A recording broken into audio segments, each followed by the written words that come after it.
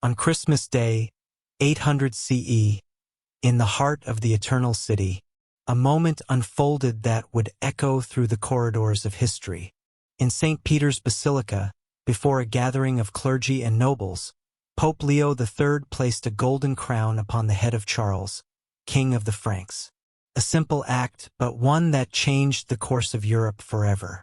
This wasn't just the coronation of a barbarian king.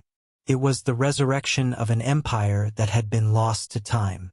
Charlemagne's coronation symbolized the birth of a new order, a Christian emperor who claimed his rightful place as the heir to the Roman Caesars, with the authority to rule a united Christendom.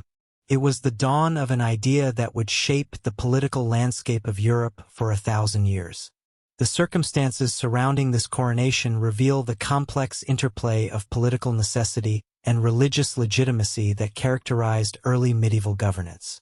Pope Leo III, facing serious accusations of moral impropriety from Roman nobles, desperately needed a powerful protector. Charlemagne, having already conquered the Lombard kingdom and established Frankish hegemony over much of Italy, possessed both the military strength and the pious reputation necessary to serve as the Church's champion. Yet the coronation itself allegedly caught Charlemagne by surprise, with contemporary sources suggesting he claimed he would never have entered the basilica had he known the Pope's intentions. This protestation, whether genuine or calculated, highlighted the delicate balance between secular and ecclesiastical authority that would plague imperial politics for centuries. The newly crowned emperor controlled a vast territory stretching from the Pyrenees to the Elbe River, encompassing modern-day France, Germany, the Low Countries, northern Italy, and portions of Spain and Eastern Europe. This Carolingian empire represented the most successful attempt at political unification in Western Europe since the fall of Rome. Charlemagne's administrative system relied heavily on personal loyalty and direct royal supervision, with the emperor constantly traveling throughout his domains to maintain control. His missi dominici, royal envoys dispatched to oversee local administration, served as the primary mechanism for ensuring compliance with imperial directives across the sprawling realm. The Carolingian Renaissance flourished under Charlemagne's patronage, transforming the intellectual landscape of Western Europe. The emperor's court at Aachen became a magnet for scholars from across the known world, including Alcuin of York, Diadolf of Orleans, and Einhard, who would later pen the definitive biography of his patron. These learned men established scriptoria that preserved classical texts, while developing the clear, standardized script known as Carolingian minuscule. The palace school at Aachen educated not only members of the royal family, but also the sons of nobles from throughout the empire, creating a shared cultural and intellectual foundation that transcended regional boundaries. However, the Carolingian Empire's unity proved ephemeral. The partition of Verdun in 843 divided Charlemagne's inheritance among his three grandsons, creating the foundation for the eventual emergence of France and Germany as separate political entities. Louis the German received the eastern portion, which encompassed the Germanic territories beyond the Rhine, while Charles the Bold inherited the western regions that would become France. Lothar I retained the imperial title along with a narrow strip of territory stretching from the North Sea to Italy, including the imperial capitals of Aachen and Rome. The East Frankish kingdom under Louis the German faced immediate challenges that would shape its distinctive character. Unlike the more Romanist western territories, the eastern regions contained numerous Germanic tribes that had only recently been incorporated into the Frankish sphere. The Saxons, Bavarians, Swabians, and Franconians maintained strong tribal identities and local customs that resisted centralized authority. Louis the German's reign required constant military campaigns to suppress rebellions and maintain territorial integrity, while external threats from Vikings, Slavs, and eventually Magyars placed additional strain on royal resources. The gradual dissolution of Carolingian authority in the East Frankish kingdom created opportunities for ambitious nobles to assert greater independence. The concept of feudalism, with its emphasis on personal bonds between lord and vassal, began to replace the more centralized Carolingian administrative system. Local counts and dukes accumulated hereditary rights over their territories, transforming what had been royal appointments into autonomous principalities. This decentralization of power would become a defining characteristic of German political development, distinguishing it from the more centralized monarchies emerging in France and England. The death of Louis the Child in 911 marked the end of Carolingian rule in the East Frankish kingdom. The German nobles, faced with the choice between accepting West Frankish suzerainty or selecting their own king, chose Conrad I, Duke of Franconia, as their ruler. Conrad's reign proved tumultuous, as he struggled to assert royal authority over the powerful stem duchies, while simultaneously defending against Magyar raids that devastated the eastern territories. His deathbed recommendation that the crown pass to Henry, Duke of Saxony, reflected both political pragmatism and recognition that effective kingship required military prowess above noble birth. Henry I, known as Henry the Fowler, ascended to the German throne in 919 and immediately faced the challenge of unifying a fragmented realm. His Saxon origins provided him with a power base in the militarized frontier regions that had borne the brunt of Magyar attacks. Unlike his predecessors, Henry understood that royal authority must be built upon military success rather than inherited legitimacy. He systematically strengthened the kingdom's defenses by constructing fortified towns, reorganizing the army, and negotiating temporary truces with external enemies to consolidate internal control. The Magyar threat dominated Henry's strategic calculations throughout his reign. These nomadic warriors from the Pannonian Plain had been conducting devastating raids into Western Europe since the late 9th century, their superior mobility and archery skills making them nearly invincible in open battle. Henry's response involved both defensive and offensive measures. He fortified strategic locations to protect civilian populations while simultaneously preparing for a decisive confrontation that would eliminate the Magyar threat permanently. Otto I inherited his father's throne in 936, with a clear understanding of the challenges facing German kingship. The young monarch's coronation at Aachen deliberately evoked Carolingian precedents, but Otto's conception of royal authority extended far beyond his predecessor's achievements. He envisioned a restored empire that would unite Germany, Italy, and eventually the entire Christian world under Saxon leadership. This imperial ambition required not only military success, but also the careful cultivation of ecclesiastical support and the subordination of the powerful stem duchies to royal authority. The early years of Otto's reign witnessed a series of rebellions that tested his resolve and military capabilities. His younger brother Henry conspired with several dukes to overthrow the king, forcing Otto to demonstrate that Saxon military prowess could overcome numerical disadvantages through superior tactics and leadership. The rebellion's suppression established Otto's reputation as a formidable warrior king, while simultaneously eliminating potential rivals to his authority. These internal conflicts, though disruptive, ultimately strengthened royal power by providing justification for the confiscation of rebel territories and their redistribution to loyal supporters. Otto's ecclesiastical policy represented a sophisticated understanding of the relationship between temporal and spiritual authority. Unlike his predecessors, who had often found themselves in conflict with church hierarchy, Otto cultivated close relationships with bishops and abbots throughout his kingdom. He appointed loyal clerics to important ecclesiastical positions, ensuring that church resources would support rather than undermine royal authority. This policy of Reichskirchen system transformed the German church into an integral component of royal administration, with bishops serving as both spiritual leaders and royal officials. The Battle of Lechfeld on August 10, 955 marked the culmination of Otto's military preparations against the Magyar threat. The Hungarian forces, led by Bulksue and Lachel, had penetrated deep into Bavaria, besieging Augsburg and threatening to devastate the entire region. Otto's response demonstrated both strategic acumen and personal courage, as he assembled a multinational army that included not only German forces, but also contingents from Bohemia and other allied territories. The battle itself unfolded on the plains south of Augsburg, where Otto's heavy cavalry proved decisive against the traditionally mobile Magyar forces. The engagement began with the Magyars employing their characteristic feigned retreat tactics, attempting to draw the German forces into a disorganized pursuit. Otto's disciplined response, maintaining formation while gradually advancing, prevented the enemy from exploiting their mobility advantages. The decisive moment came when the German heavy cavalry, led by Otto himself, charged the Magyar center while simultaneously enveloping their flanks.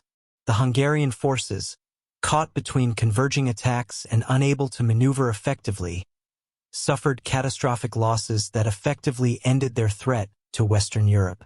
The victory at Lechfeld transformed Otto from a regional German king into a European hero whose reputation extended throughout Christendom. The defeated Magyar leaders were captured and executed, while the survivors retreated to Hungary, where they gradually abandoned their nomadic lifestyle and adopted sedentary agriculture.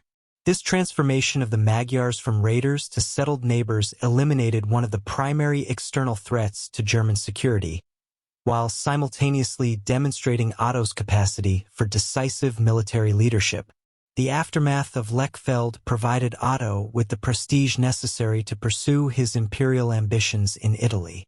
The Italian peninsula, fragmented among competing noble families and threatened by Saracen raids, offered opportunities for intervention that could justify claims to imperial succession.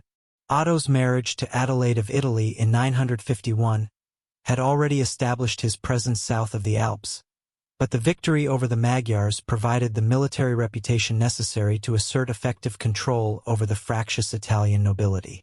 Otto's imperial coronation in St. Peter's Basilica on February 2, 962, represented the culmination of his political and military achievements. Pope John XIV, facing threats from Berengard Kun of Italy, had appealed to Otto for protection, offering the imperial crown in exchange for military support. The ceremony itself consciously evoked Charlemagne's coronation, with Otto receiving the same crown and imperial regalia that had adorned his Carolingian predecessor. Yet this restoration of imperial dignity in the West carried different implications than its 8th century predecessor, as Otto's empire rested upon German rather than Frankish foundations. The Ottonian Renaissance that flourished under Otto's patronage differed significantly from its Carolingian predecessor in both scope and character. While Charlemagne's cultural revival had emphasized the preservation and transmission of classical learning, Otto's court focused more heavily on the integration of Christian and imperial ideology. The magnificent illuminated manuscripts produced in Ottonian scriptoria, such as the Codex Aureus of Echternach, combined Byzantine artistic influences with Germanic decorative traditions to create a distinctive imperial style that celebrated both Christian piety and temporal authority. The establishment of the church-state partnership under Otto I created institutional frameworks that would define imperial governance for centuries. The emperor's role as protector of the church carried both privileges and responsibilities that extended far beyond mere political alliance. Otto's intervention in papal elections, his appointment of bishops throughout the empire, and his patronage of monastic reform movements established precedents for imperial authority over ecclesiastical affairs that would generate conflicts throughout the medieval period. The death of Otto III in 1002 without an heir precipitated a succession crisis that would reshape the Holy Roman Empire's political landscape. Henry II, Duke of Bavaria and great-grandson of Henry, the Fowler emerged as the most viable candidate despite facing significant opposition from other claimants. His coronation at Mainz in 1002 marked the beginning of what would prove to be the final phase of Ottonian rule, though Henry's reign would establish crucial precedents for imperial governance that his successors would build upon.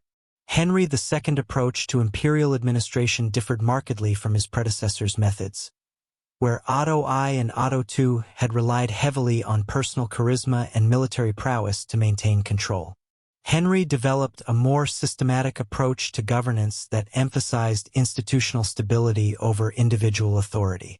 His extensive use of written documentation, standardized administrative procedures, and formal diplomatic protocols created bureaucratic frameworks that would survive political transitions and provide continuity during periods of weak leadership. The emperor's relationship with the church represented perhaps his most significant innovation in imperial governance.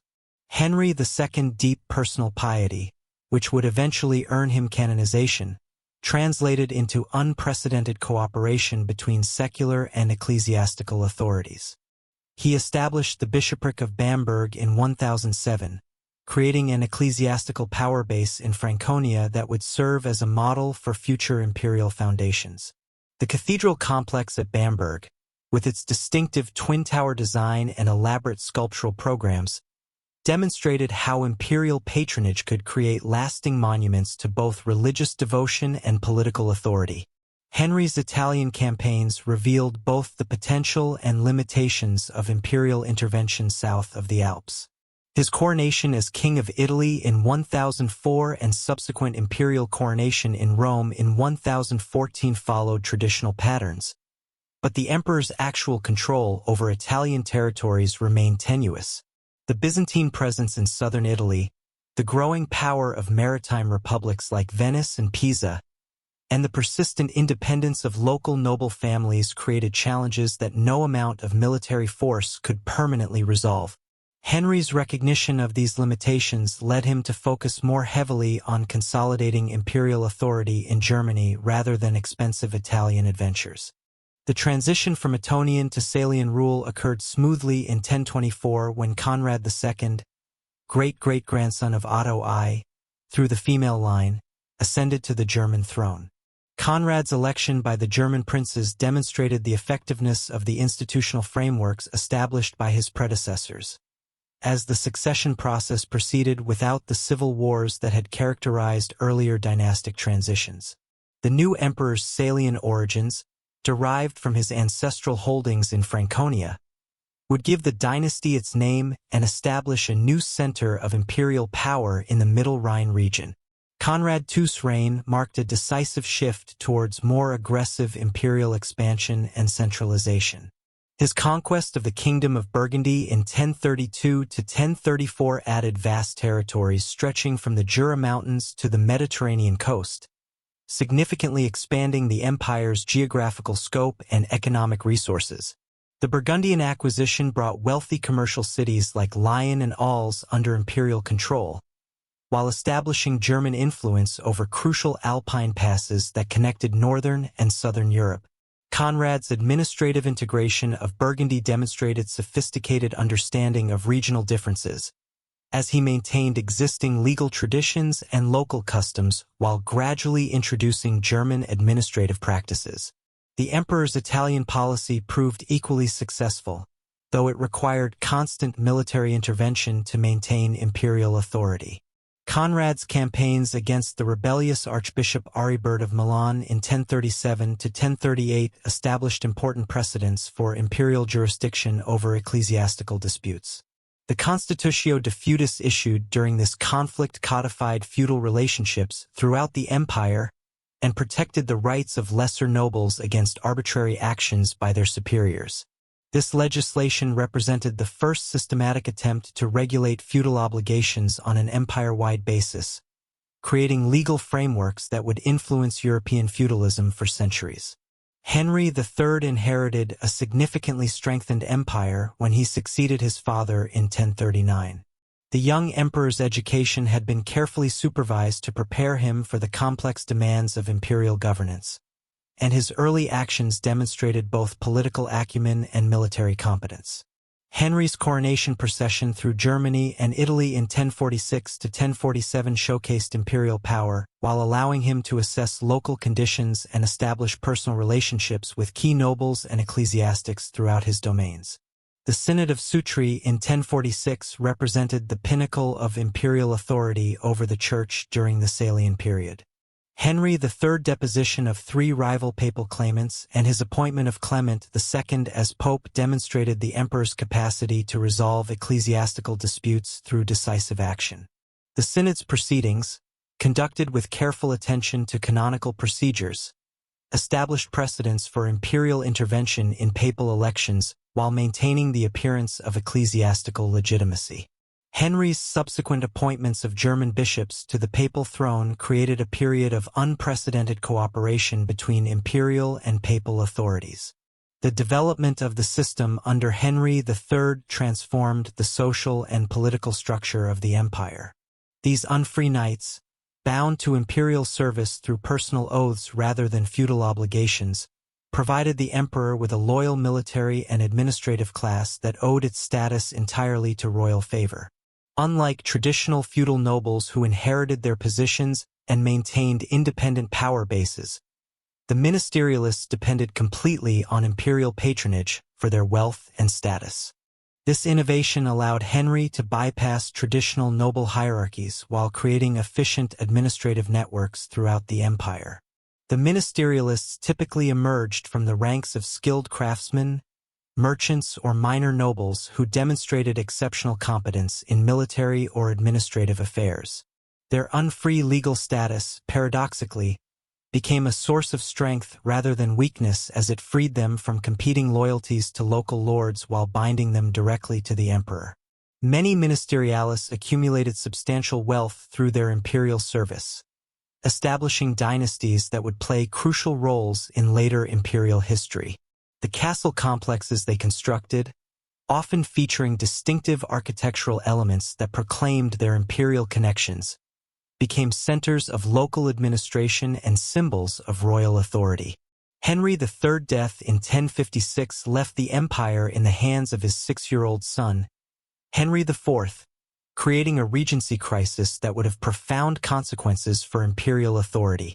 The empress mother, Agnes of Poitou, despite her noble birth and political connections, lacked the military reputation and personal relationships necessary to maintain effective control over the empire's fractious nobility.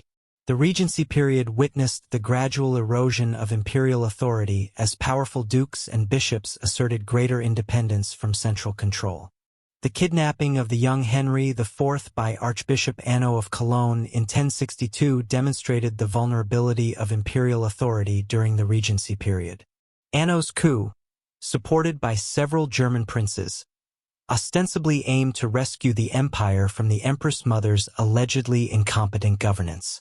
However, the archbishop's subsequent actions revealed more personal ambitions, as he used his control over the emperor to advance his own political agenda and enrich his supporters. The incident established dangerous precedents for noble interference in imperial governance, while undermining the mystique of imperial authority. Henry IV's assumption of personal rule in 1065 coincided with the emergence of reform movements within the church that would challenge traditional relationships between secular and ecclesiastical authority. The Gregorian Reform, named after Pope Gregory VII, but encompassing broad occurrence of ecclesiastical renewal, sought to eliminate lay interference in church affairs while asserting papal supremacy over all Christian rulers. These reforms directly threatened the Reichskirchen system that had provided the foundation for imperial governance since Otto I's reign. The immediate cause of the investiture controversy emerged from competing claims over the appointment of bishops and abbots throughout the empire. Henry IV's practice of investing ecclesiastical officials with ring and staff, symbols of their spiritual authority, had been accepted by previous popes as a legitimate expression of imperial patronage. However, Gregory VII's papal bull Dictatus Papae in 1075 explicitly condemned lay investiture as simony while asserting the pope's authority to depose emperors who violated church law. This declaration represented a fundamental challenge to the theoretical foundations of imperial authority. The conflict escalated rapidly when Henry IV appointed his own candidate as Archbishop of Milan in direct defiance of papal prohibitions. Gregory VII's response, excommunicating the emperor and releasing his subjects from their oaths of allegiance, created an unprecedented crisis that threatened the very existence of imperial authority. The pope's actions found support among German nobles, who had long resented Henry's attempts to strengthen central authority at their expense. The combination of ecclesiastical condemnation and noble rebellion created a perfect storm that brought the empire to the brink of collapse. Henry IV's journey to Canossa in January 1077 became one of the most dramatic episodes in history. The emperor's decision to cross the Alps in winter, accompanied by only a small retinue, demonstrated both his desperate circumstances and his political acumen. The three-day penance outside the walls of Canossa Castle, where Henry stood barefoot in the snow while Gregory VII deliberated his fate, created powerful imagery that would resonate throughout European culture for centuries. The emperor's apparent humiliation, however, achieved its intended political objective by forcing the Pope to grant absolution and thereby undermining the rebellion of German nobles who had justified their actions through Henry's excommunicated status. The reconciliation at Canossa proved temporary, as both emperor and pope continued to pursue incompatible objectives. Henry IV returned to Germany, and his subsequent military victories over rebellious nobles restored much of his political position, while Gregory VII continued support for anti-imperial forces in Germany led to renewed conflict. The emperor's second excommunication in 1080 lacked the dramatic impact of the first, as European opinion had begun to shift against papal interference in secular governance. Henry IV's conquest of Rome in 1084 and his installation of Clement III as pope represented the temporary triumph of imperial authority over papal pretensions. The emperor's imperial coronation by his own appointee restored the traditional relationship between secular and ecclesiastical power, while demonstrating that papal authority ultimately depended on temporal support.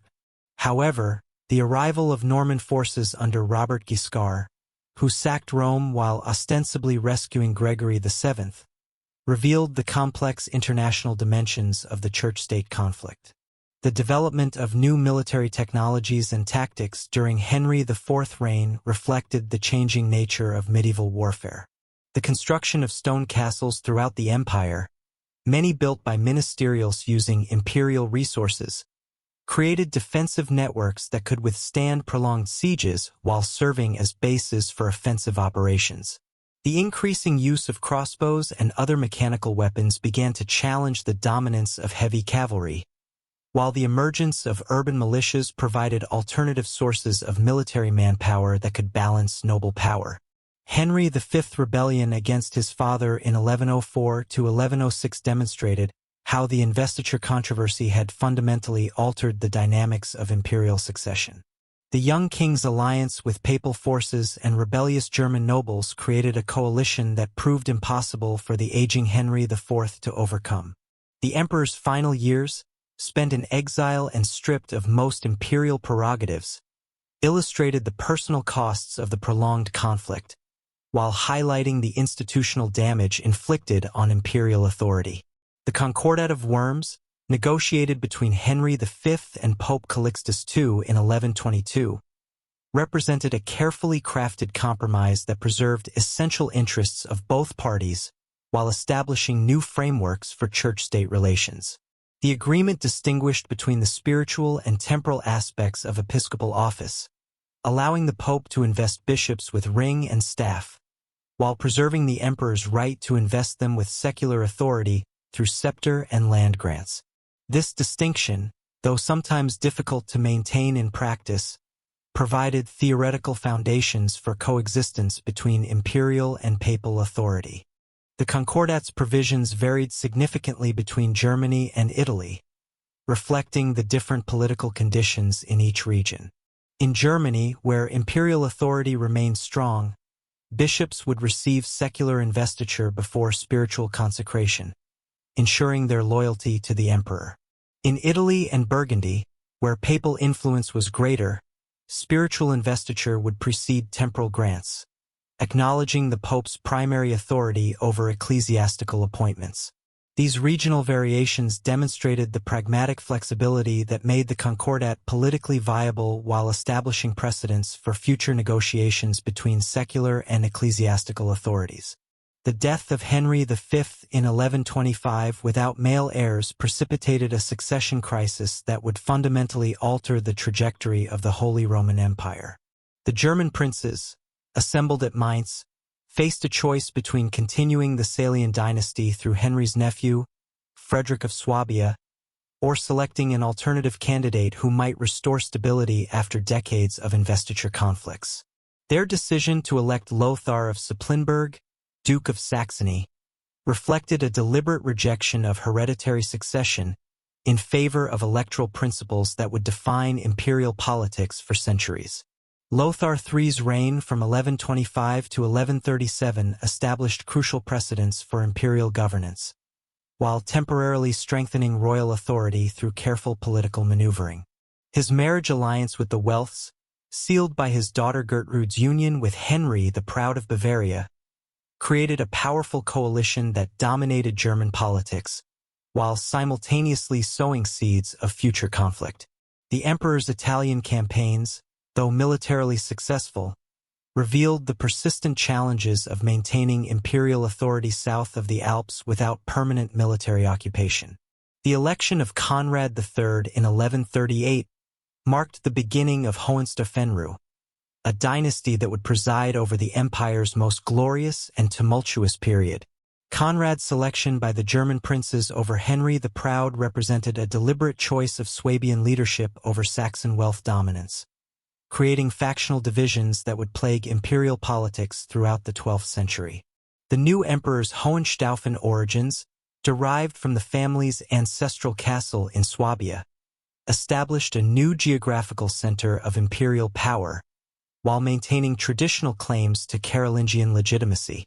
Conrad III's reign witnessed the emergence of the great factional conflict between Welfs and Weiblinks that would define German politics for generations. The emperor's confiscation of Henry the Proud's duchies of Saxony and Bavaria in 1138 created a powerful opposition movement led by Henry's son, Henry the Lion, who inherited both his father's territorial ambitions and his resentment against Hohenstaufen authority.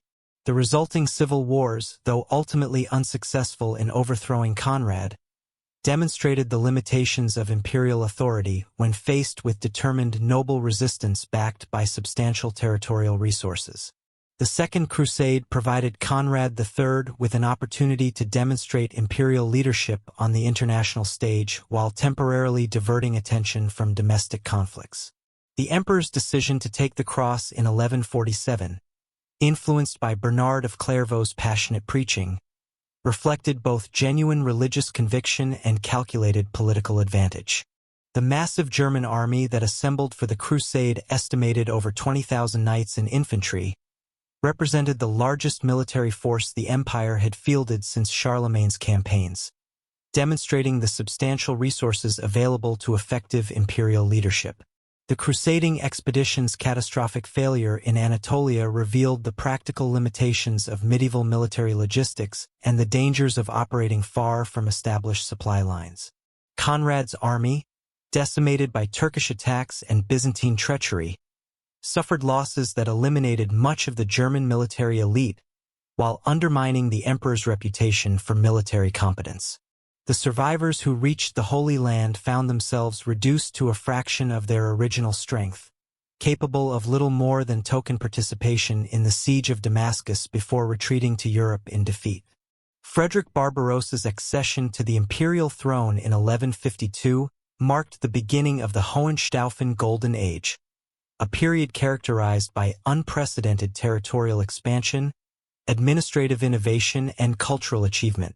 The new emperor's election at Frankfurt demonstrated the German prince's confidence in his ability to restore imperial prestige while managing the complex factional divisions that had plagued his predecessor's reign. Frederick's physical appearance, described by contemporary chroniclers as tall and powerfully built with a distinctive red beard that earned him his nickname, projected an image of martial prowess that would prove crucial to his political success. The emperor's first Italian campaign in 1154 to 1155 established the pattern of military intervention that would define his relationship with the peninsula for the next 3 decades. Frederick's march south of the Alps with a substantial German army demonstrated his determination to restore imperial authority over the wealthy Lombard cities that had grown increasingly independent during the investiture conflicts. The campaign's initial success, culminating in his imperial coronation by Pope Adrian IV in Rome, masked underlying tensions that would soon erupt into open warfare. The Lombard cities' resistance to imperial authority reflected fundamental changes in medieval urban society that challenged traditional feudal relationships. Milan, the largest and most prosperous city in northern Italy, had developed communal institutions that governed trade, taxation, and military affairs independently of imperial oversight. The city's massive walls, reinforced with advanced defensive technologies, enclosed a population exceeding 100,000 inhabitants whose commercial activities generated wealth that rivaled royal treasuries. The Milanese commune's ability to field armies of citizen soldiers, equipped with crossbows and supported by professional engineers, demonstrated how urban prosperity could translate into military power capable of challenging imperial authority. Frederick's Second Italian campaign in 1158 revealed his sophisticated understanding of legal and administrative foundations necessary for effective imperial governance. The Diet of Roncaglia, convened in November 1158, assembled legal scholars from the University of Bologna to define imperial prerogatives throughout the Italian territories. The resulting Constitutio Habita established the emperor's authority to collect taxes, appoint officials, and exercise judicial supremacy over all imperial territories, creating legal frameworks that justified extensive intervention in local affairs. The Siege of Milan in 1158 to 1162 demonstrated both the potential and limitations of imperial military power when confronted with determined urban resistance. Frederick's army, reinforced by contingents from allied Italian cities and German nobles, completely encircled Milan's formidable fortifications while constructing elaborate siege works designed to starve the defenders into submission. The emperor's use of advanced siege engines, including massive trebuchets capable of hurling stones weighing several hundred pounds, represented the cutting edge of medieval military technology. The siege's duration, lasting nearly 4 years with intermittent truces, revealed the enormous resources required to overcome well-fortified urban centers defended by motivated populations. Milan's eventual surrender in March 1162 provided Frederick with his greatest triumph while simultaneously creating conditions for future rebellion. The emperor's decision to raise the city's walls and scatter its population throughout the surrounding countryside demonstrated his determination to eliminate centers of resistance to imperial authority. The destruction of Milan's cathedral and civic buildings, witnessed by representatives from throughout northern Italy, served as a powerful warning to other cities contemplating resistance, while generating deep resentment that would fuel future opposition movements. The establishment of imperial administration throughout Lombardy required sophisticated bureaucratic innovations that transformed the nature of medieval governance. Frederick's appointment of German officials to key positions in conquered cities introduced administrative practices developed in the empire's northern territories, while adapting them to Italian conditions. The creation of the office of podesta, an imperial official responsible for governing individual cities, represented a crucial innovation that balanced local autonomy with imperial oversight. These appointed governors, typically drawn from the German ministerialis class, possessed both the administrative competence and personal loyalty necessary for effective imperial governance. The emperor's Landfrieden initiatives represented perhaps his most significant contribution to medieval governance, establishing legal frameworks that would influence European political development for centuries. The Landfrieden of 1152, proclaimed immediately after Frederick's coronation, prohibited private warfare throughout the empire, while establishing imperial courts with jurisdiction over disputes between nobles. The legislation's enforcement required extensive military resources and administrative supervision, but its success in reducing endemic violence demonstrated the practical benefits of centralized authority. The Lombard League's formation in 1167 marked the beginning of organized resistance to imperial authority that would challenge Frederick's Italian ambitions for the remainder of his reign. The alliance, initially comprising 16 cities including Milan, Cremona, and Bergamo, represented unprecedented cooperation between traditionally competitive urban communities. The League's military organization, based on contingents provided by member cities and coordinated through elected commanders, created flexible defensive capabilities that could respond rapidly to imperial threats while maintaining local autonomy.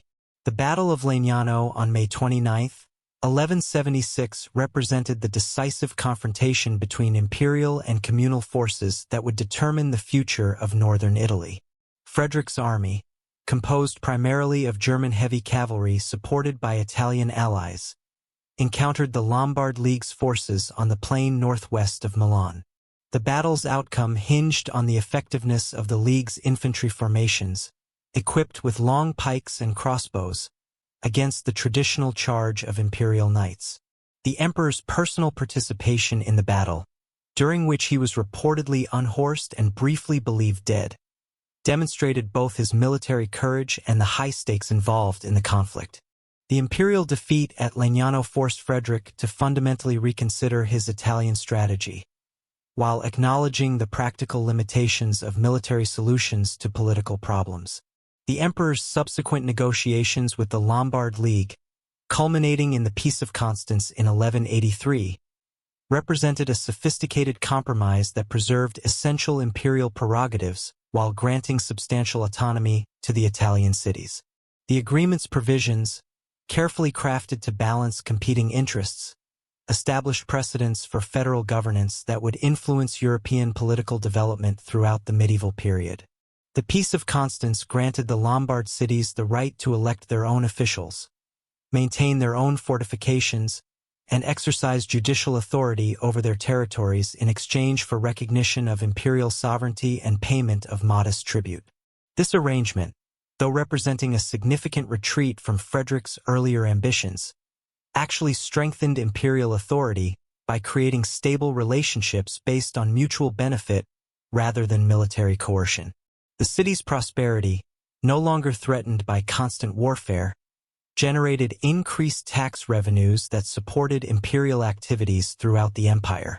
Frederick's administrative innovations extended far beyond his Italian territories, transforming the governance of the empire's German heartland through systematic legal and bureaucratic reforms. The establishment of imperial cities throughout Swabia and Franconia created centers of royal authority that could balance the power of traditional noble families while generating revenues through commercial activities. These urban foundations, typically located at strategic river crossings or mountain passes, developed into thriving commercial centers that enhanced imperial resources while providing military bases for royal campaigns. The emperor's cultivation of ministerialis families throughout the empire created a loyal administrative class that provided continuity during periods of imperial absence. These unfree knights, bound to imperial service through personal oaths and dependent on royal favor for their status, developed sophisticated administrative skills that enabled them to govern complex territories independently. The castle complexes they constructed, featuring distinctive architectural elements that proclaimed their imperial connections, became centers of local administration while serving as symbols of royal authority throughout the empire. Frederick's marriage to Beatrice of Burgundy in 1156 brought substantial territorial additions to the empire while demonstrating his sophisticated understanding of dynastic politics. The union provided the emperor with legitimate claims to extensive territories in the Rhone Valley, including the wealthy commercial cities of Lyon and Arles. The integration of these Burgundian territories required careful attention to local customs and legal traditions as Frederick's administrators worked to harmonize diverse regional practices within broader imperial frameworks. The emperor's patronage of literary and artistic production during his reign contributed to a cultural renaissance that enhanced imperial prestige throughout Europe. The court poets who celebrated Frederick's achievements, including the anonymous author of the Archpoet's verses, created literary works that combined classical learning with contemporary political themes. The architectural projects sponsored by imperial patronage, particularly the reconstruction of imperial palaces at Gelnhausen and Wimpfen, demonstrated sophisticated understanding of symbolic representation while providing practical centers for royal administration. Frederick's death during the Third Crusade in 1190 created a succession crisis that would test the institutional foundations he had established throughout his long reign. The emperor's drowning in the Salif River while leading his army toward the Holy Land deprived the crusading movement of its most experienced military leader, while leaving the empire in the hands of his son Henry VI, whose political skills had yet to be tested by the challenges of independent rule. Henry VI's accession to the imperial throne marked the beginning of the most ambitious phase of Hohenstaufen expansion, as the new emperor pursued territorial acquisitions that would have transformed the political geography of medieval Europe. His marriage to Constance of Sicily, negotiated during Frederick Barbarossa's reign, provided claims to the wealthy Norman kingdom that controlled southern Italy and Sicily. The union of these territories under imperial authority would create a vast realm stretching from the North Sea to the Mediterranean, fundamentally altering the balance of power throughout Europe. The conquest of Sicily required extensive military campaigns that demonstrated Henry VI's considerable strategic abilities while revealing the challenges of governing diverse populations with conflicting loyalties. The Norman kingdom's sophisticated administrative system, inherited from earlier Arab and Byzantine rulers, provided models for efficient governance that Henry adapted to imperial needs. The integration of Sicilian resources, including the kingdom's substantial naval forces and commercial revenues, significantly enhanced imperial capabilities while creating new opportunities for territorial expansion.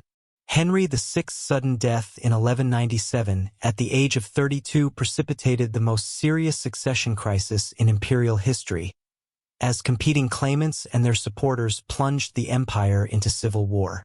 The emperor's infant son, Frederick, born in 1194, possessed legitimate hereditary claims to both the imperial throne and the Sicilian kingdom, but his minority created opportunities for rival candidates to assert their own ambitions.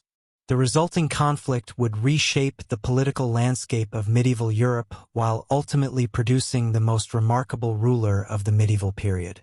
The emergence of Frederick II as a significant political figure occurred gradually as the young king of Sicily demonstrated exceptional intellectual abilities and political acumen that distinguished him from his contemporaries.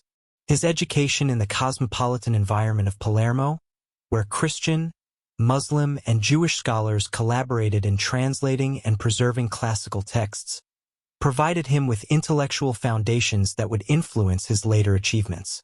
The Sicilian court's sophisticated administrative practices, combining Norman efficiency with Arab learning and Byzantine ceremonial, created an environment that fostered innovation in governance and cultural expression.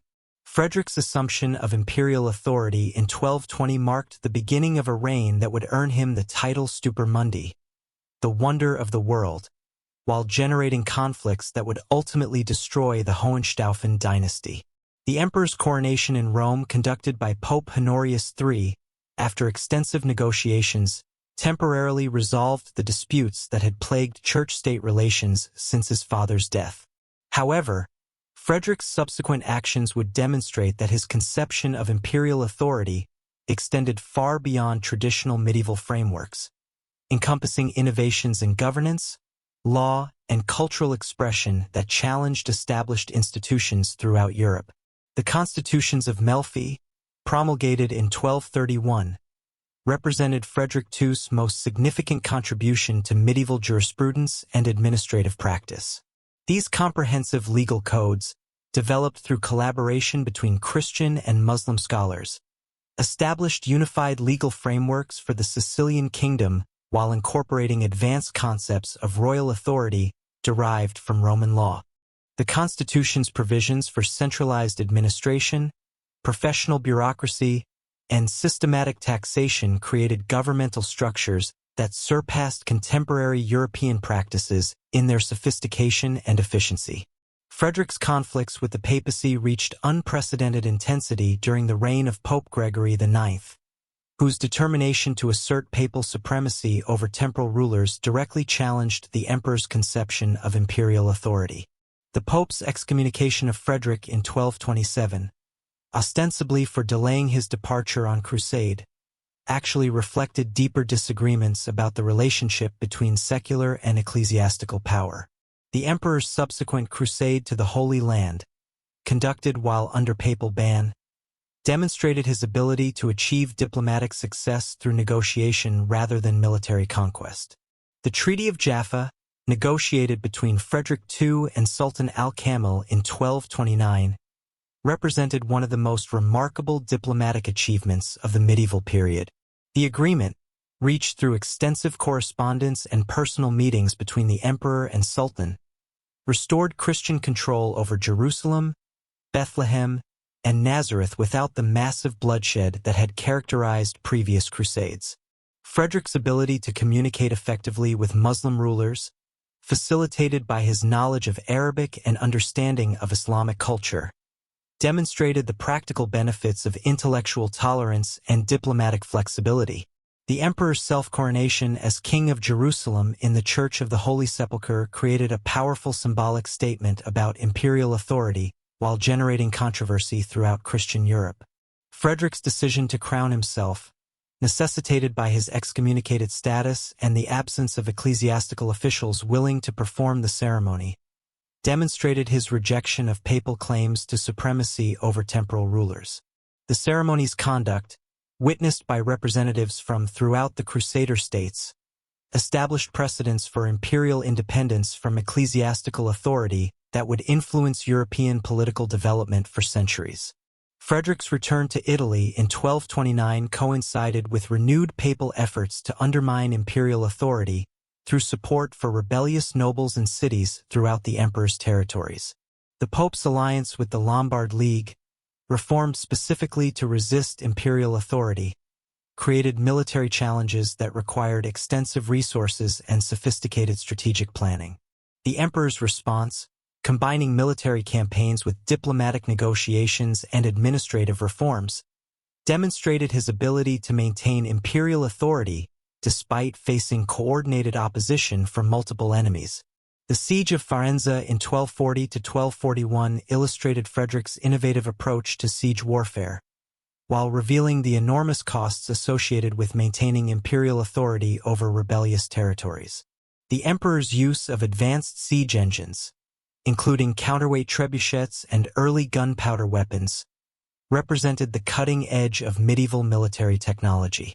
The siege's duration, lasting over a year despite the city's relatively modest fortifications, demonstrated the challenges of overcoming determined resistance, even with superior resources and technology.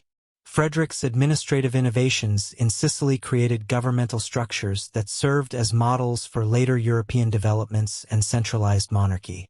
The emperor's establishment of a professional civil service, recruited through competitive examinations and promoted based on merit rather than noble birth, represented a revolutionary departure from traditional feudal practices. The creation of specialized administrative departments, each responsible for specific aspects of governance such as taxation, justice, and military affairs, provided efficient coordination of governmental activities while ensuring accountability through systematic record-keeping. The University of Naples, founded by Frederick II in 1224, represented the emperor's commitment to educational innovation while serving practical needs for trained administrators throughout his territories. The institution's curriculum, combining traditional liberal arts with practical subjects such as law and medicine, produced graduates capable of staffing the sophisticated bureaucracy required for effective imperial governance. The university's location in the imperial capital provided students with opportunities to observe governmental operations while ensuring that the institution remained responsive to imperial needs. Frederick's patronage of scientific and cultural activities during his reign contributed to intellectual developments that would influence European thought for centuries. The emperor's personal interests in mathematics, astronomy, and natural philosophy led him to sponsor translations of classical texts while supporting original research by scholars from throughout the known world. His correspondence with learned men from Christian, Muslim, and Jewish communities demonstrated intellectual curiosity that transcended religious boundaries while advancing human knowledge in multiple disciplines. The emperor's treatise De Arte Vernandi cum Avibus exemplified his approach to empirical observation and systematic analysis of natural phenomena. The work's detailed descriptions of bird behavior, based on extensive personal observation and experimentation, challenged traditional authorities while establishing new standards for scientific accuracy. The manuscript's elaborate illustrations, depicting various species of birds and hunting techniques, demonstrated the emperor's commitment to combining artistic expression with scientific documentation. Frederick's conflicts with Pope Innocent IV, who succeeded Gregory IX in 1243, reached levels of intensity that threatened the fundamental structure of medieval European society. The Pope's deposition of the emperor at the Council of Lyon in 1245, declaring him a heretic and releasing his subjects from their oaths of allegiance, represented the most extreme assertion of papal authority over temporal rulers in medieval history. The emperor's response, rejecting papal claims while maintaining his imperial dignity, created a constitutional crisis that would influence church-state relations throughout the medieval period. The Siege of Parma in 1247 to 1248 demonstrated both the extent of Frederick's military resources and the limitations of imperial authority when confronted with determined opposition supported by external allies. The emperor's construction of an elaborate siege city, complete with permanent buildings and defensive fortifications, revealed his determination to overcome resistance through sustained military pressure. The siege's ultimate failure, resulting from a coordinated attack by the defenders and their papal allies, represented a significant setback to imperial prestige while demonstrating the effectiveness of coordinated opposition to imperial authority. Frederick II's death in 1250 marked the beginning of the end for Hohenstaufen power, as his successors proved unable to maintain the complex political and military arrangements that had sustained imperial authority throughout his reign.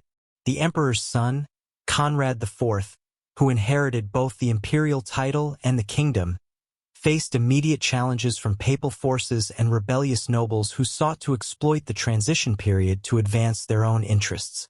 The young king's death in 1254, possibly from poison administered by papal agents, eliminated the last effective Hohenstaufen ruler while precipitating the Great Interregnum that would paralyze imperial authority for nearly 2 decades. The collapse of centralized imperial authority following Conrad IV's death created a power vacuum that would fundamentally alter the political structure of medieval Europe. The German princes, freed from effective royal oversight, began asserting greater independence while competing foreign candidates claimed the imperial title without possessing the resources necessary for effective governance. The resulting fragmentation of authority would persist until the election of Rudolf of Habsburg in 1273, by which time the Holy Roman Empire had been permanently transformed from a centralized monarchy into a loose confederation of semi-autonomous territories. The death of Conrad IV in 1254 plunged the Holy Roman Empire into its most severe constitutional crisis since the investiture conflicts of the 11th century. The young king's demise in Naples, amid whispers of poisoning by papal agents, left behind a 2-year-old son, Conradin, whose minority and precarious position in Sicily rendered him incapable of asserting meaningful authority over the vast imperial territories.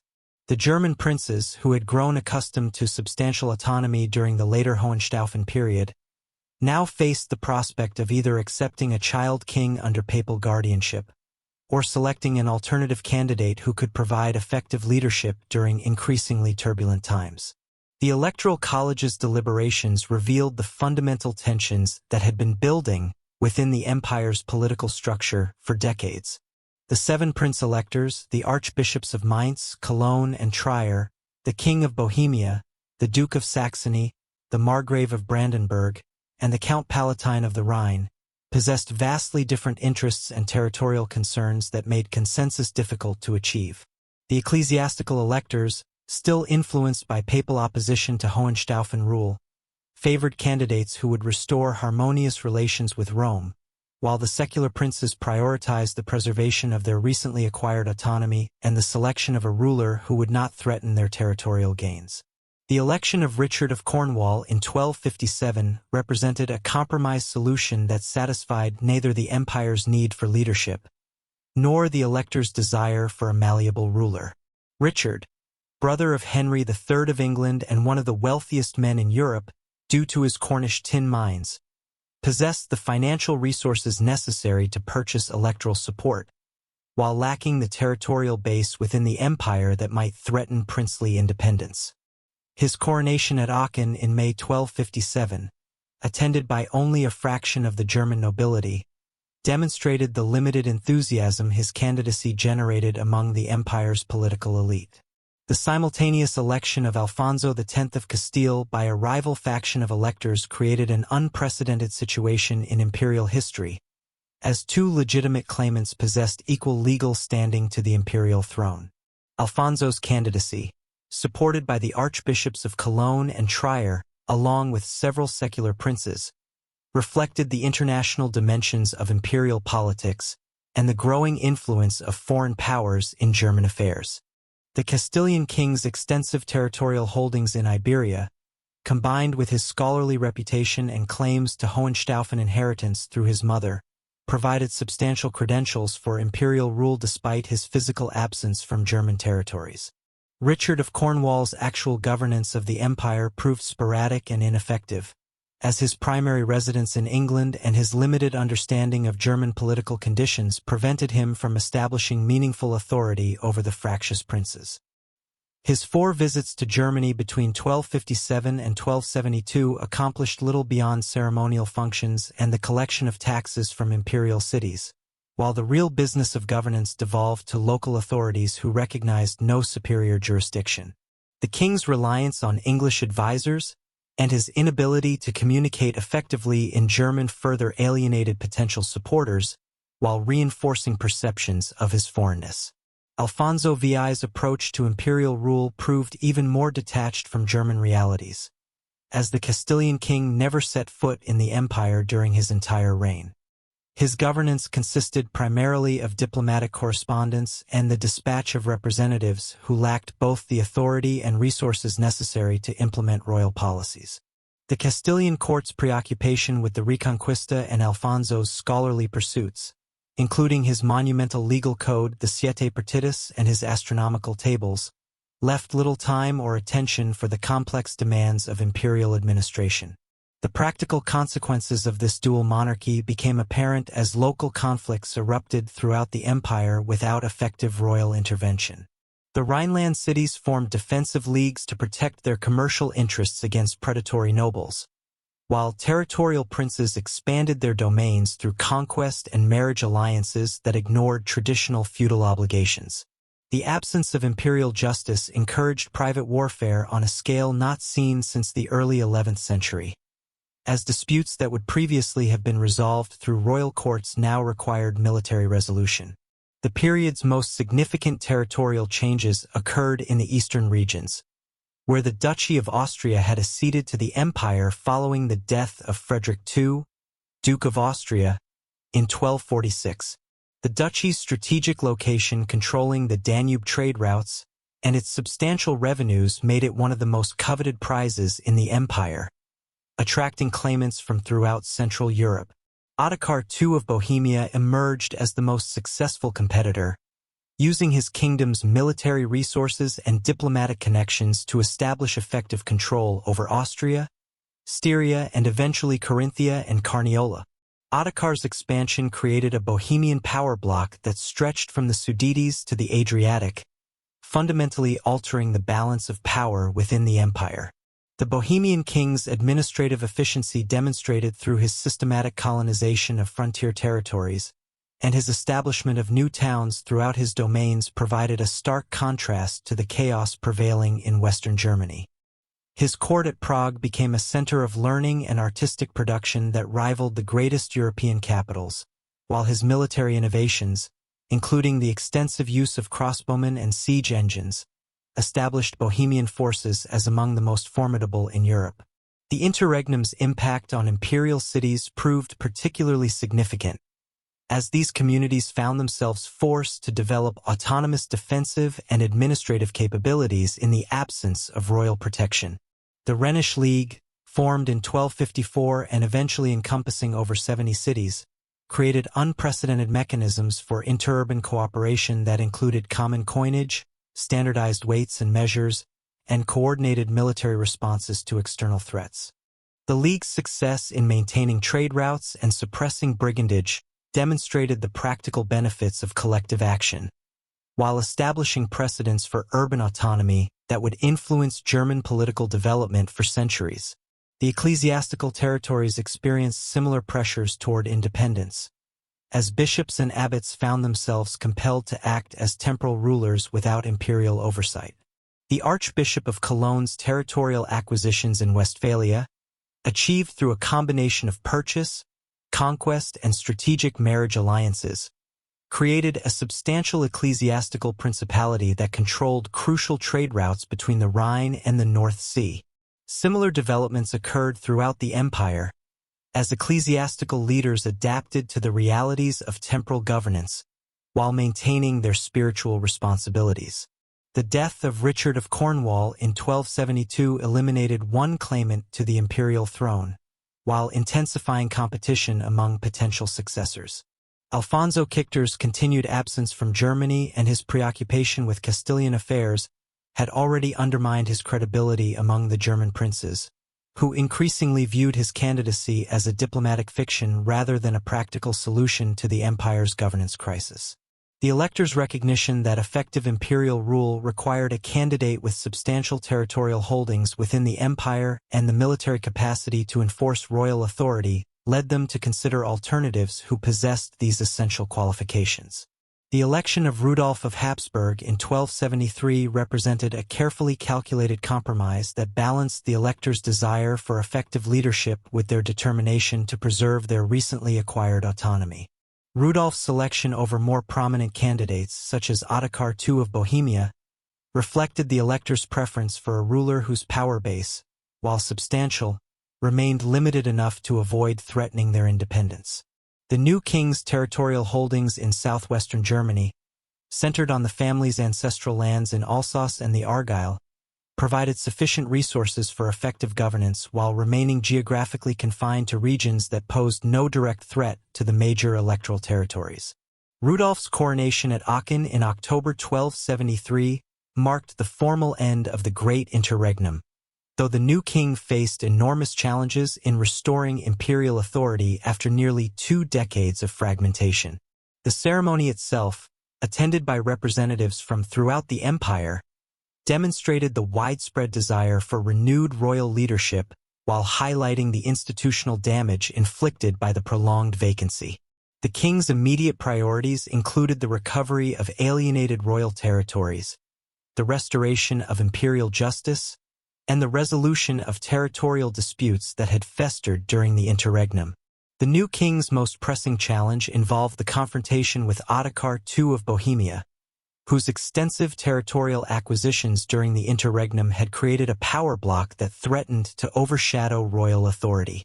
Ottokar's refusal to perform homage for his Austrian territories, based on his claim that these lands had been acquired through legitimate conquest rather than imperial grant, created a constitutional crisis that required immediate resolution. The Bohemian king's military resources, including substantial cavalry forces and advanced siege equipment, made him a formidable opponent whose defeat would require careful planning and substantial military commitment. Rudolf's systematic approach to the Bohemian crisis demonstrated the political and military skills that would characterize his entire reign. His diplomatic efforts to isolate Ottokar through alliances with Hungary and Poland created strategic pressures that complemented his military preparations, while his careful attention to legal justifications for his actions maintained support among the German princes. The king's ability to present himself as the defender of imperial rights against foreign aggression resonated with nobles who had grown concerned about Bohemian expansion during the interregnum. The Siege of Vienna in 1276 represented the decisive confrontation between Habsburg and Bohemian forces that would determine the future of southeastern Europe.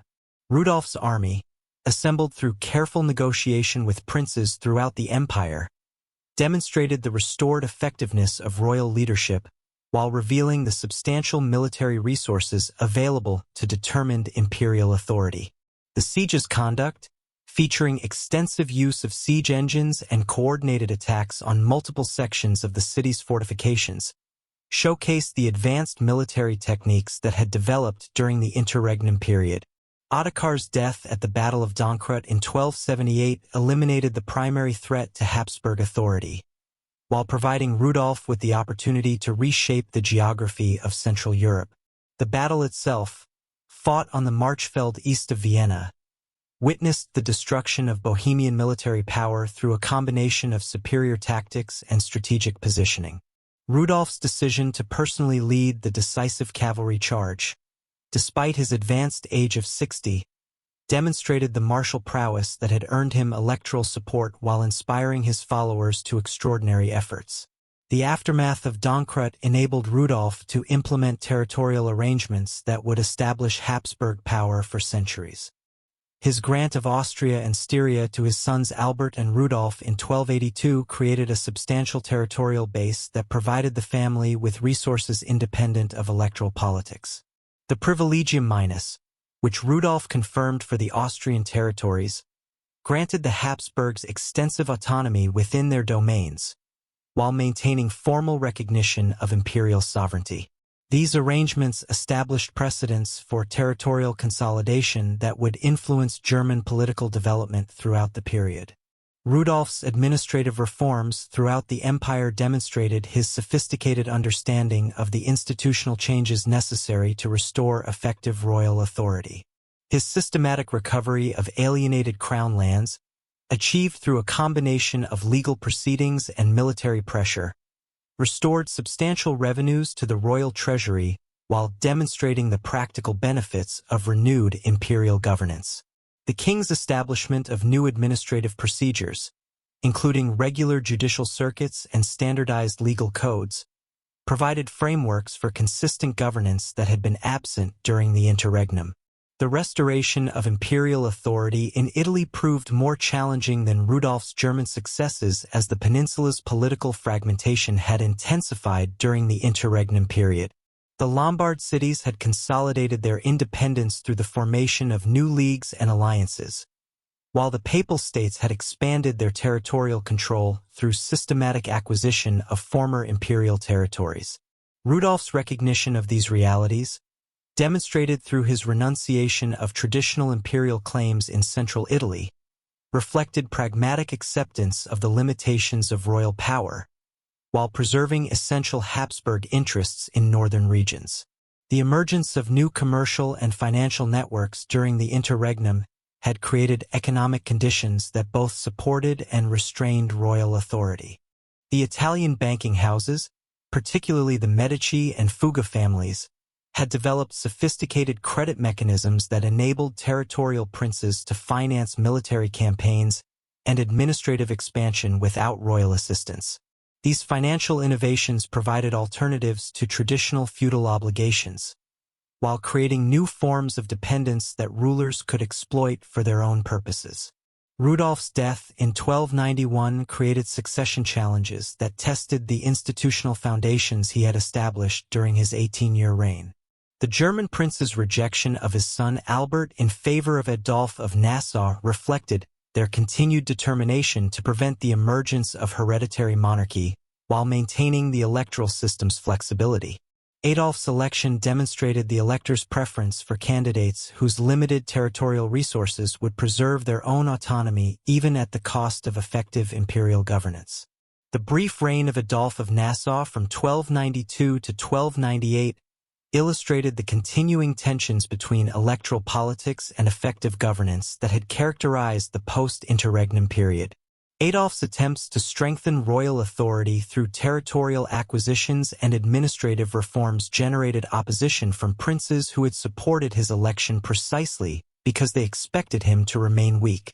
His military campaigns in Thuringia and his efforts to recover alienated crownlands created conflicts that ultimately led to his deposition by the same electors who had originally chosen him. Albert I's election in 1298 marked the return of Habsburg power to the imperial throne, though his reign would be dominated by conflicts with both domestic opponents and foreign enemies. The new king's victory over Adolf at the Battle of Galheim demonstrated Habsburg military capabilities while establishing Albert's reputation as a formidable warrior king. His subsequent coronation at Aachen restored traditional ceremonial practices while emphasizing continuity with his father's policies and territorial arrangements. The assassination of Albert the Fair in 1308 by his nephew John of Swabia created another succession crisis that would bring the Luxembourg dynasty to imperial prominence. The murder, motivated by disputes over territorial inheritance and personal grievances, shocked contemporary observers while demonstrating the persistent violence that characterized medieval political competition. Albert's death eliminated the most experienced royal candidate while creating opportunities for alternative dynasties to assert their claims to imperial authority. The election of Henry VII of Luxembourg in 1308 represented a significant shift in imperial politics as the new king brought different priorities and territorial interests to the throne.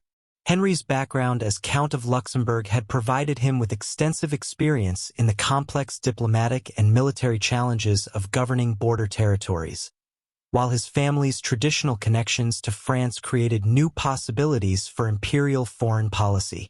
The Luxembourg dynasty's relatively modest territorial base within the empire ensured that Henry's election would not threaten the electoral prince's autonomy while providing sufficient resources for effective governance. Henry VII's Italian expedition of 1310 to 1313 represented the most ambitious attempt to restore imperial authority in the peninsula since Frederick II's campaigns of the previous century. The emperor's decision to revive traditional claims to Lombard sovereignty reflected both personal ambition and genuine belief in the universal character of imperial authority. His army's march across the Alps, supported by Ghibelline allies throughout northern Italy, initially achieved remarkable success in re-establishing imperial control over territories that had been independent for decades. The Siege of Brescia in 1311 demonstrated both the potential and limitations of Henry's Italian strategy as the emperor's forces encountered determined resistance from urban militias supported by Guelph allies. The city's fortifications, constructed during the interregnum period using advanced military engineering techniques, required extensive siege operations that consumed enormous resources while providing time for enemy forces to organize coordinated opposition. The siege's eventual success, achieved through systematic bombardment and coordinated assaults, established Henry's military reputation while revealing the enormous costs associated with Italian campaigns. Henry's imperial coronation in Rome in 1312 marked the temporary triumph of his Italian ambitions while generating new conflicts with papal authority and local political factions. The ceremony, conducted in the Lateran Basilica rather than St. Peter's due to security concerns, demonstrated the precarious nature of imperial authority in the papal city while maintaining essential symbolic elements of imperial legitimacy. The emperor's subsequent efforts to establish permanent administrative control over central Italian territories encountered fierce resistance from both ecclesiastical and secular opponents, who viewed imperial authority as a threat to their independence.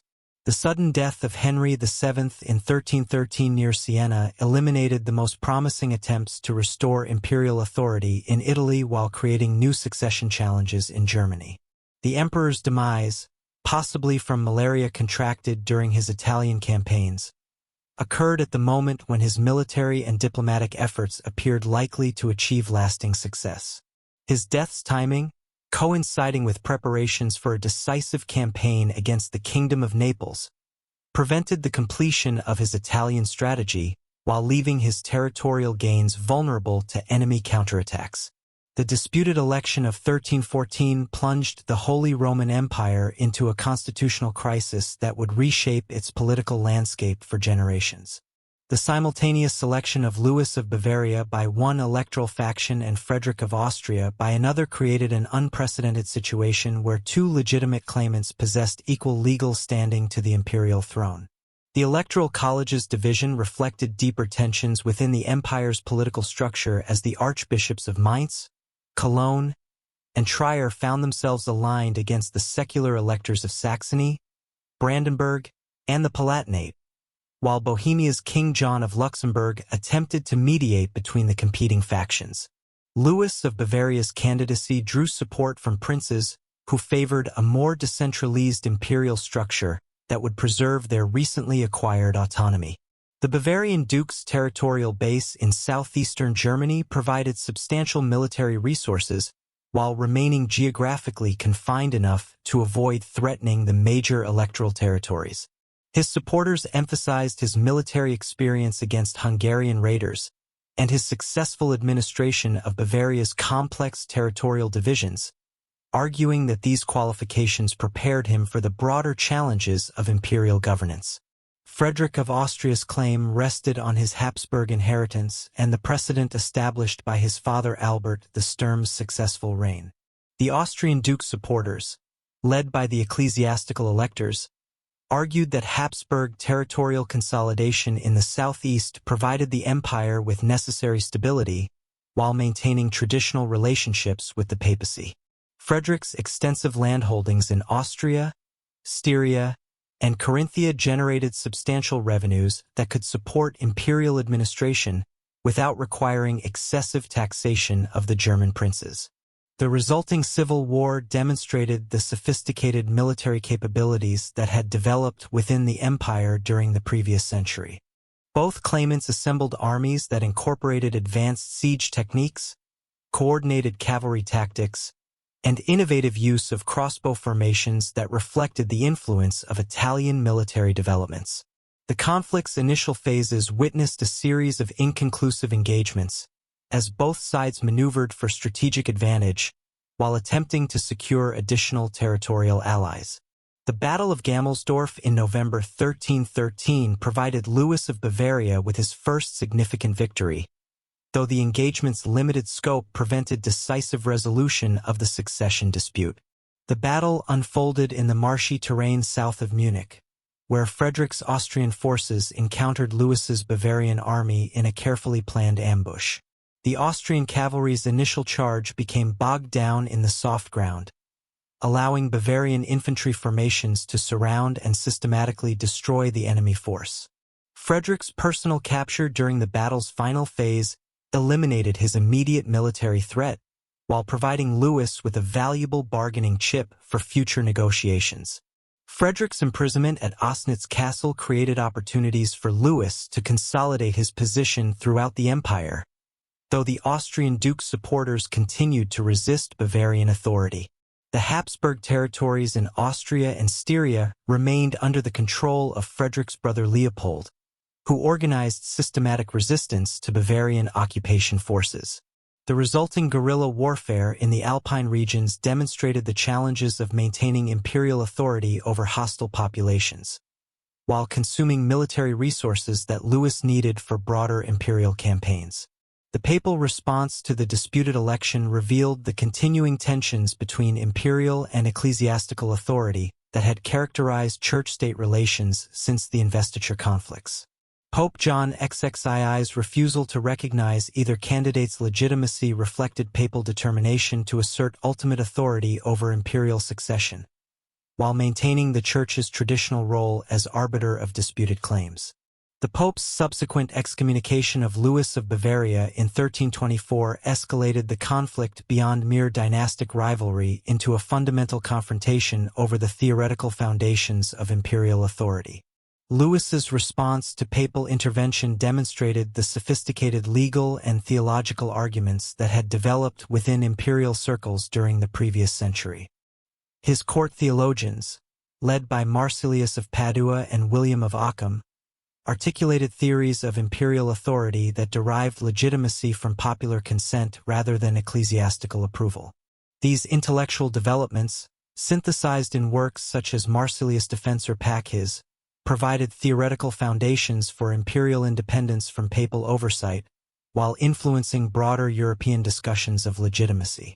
The emperor's Italian expedition of 1327 to 1330 represented the most ambitious attempt to restore imperial authority in the peninsula since Henry VII campaigns 2 decades earlier.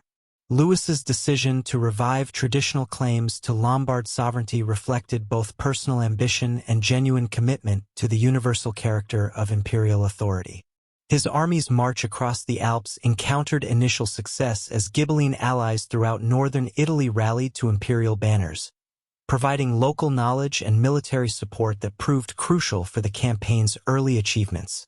The Siege of Pisa in 1328 demonstrated the advanced military engineering capabilities that Louis had developed during his German campaigns. The city's massive fortifications, constructed using the latest defensive techniques and supported by Genoese naval forces, required extensive siege operations that showcased imperial military innovation. The emperor's use of counterweight trebuchets, capable of hurling stones weighing over 300 pounds, combined with coordinated attacks by specialized engineering units, eventually breached the city's walls after a siege lasting nearly 6 months. Louis's imperial coronation in Rome in January 1328 marked the temporary triumph of his Italian ambitions while generating unprecedented conflicts with papal authority. The ceremony, conducted by representatives of the Roman clergy in the absence of papal approval, demonstrated the emperor's determination to assert imperial independence from ecclesiastical oversight. The coronation's conduct in St. Peter's Basilica, despite papal prohibitions, emphasized traditional imperial prerogatives while challenging fundamental assumptions about the relationship between temporal and spiritual authority. The establishment of imperial administration throughout central Italy required sophisticated bureaucratic innovations that adapted German administrative practices to Italian conditions. Louis's appointment of German officials to key positions in conquered territories introduced administrative procedures that emphasized systematic record-keeping and standardized legal codes.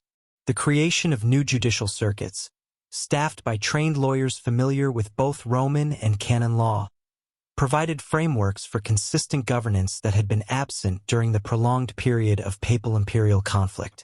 The emperor's support for the spiritual Franciscans, and his appointment of Pietro Reinoldukci as antipope Nicholas V, created a direct challenge to papal authority that resonated throughout European Christendom.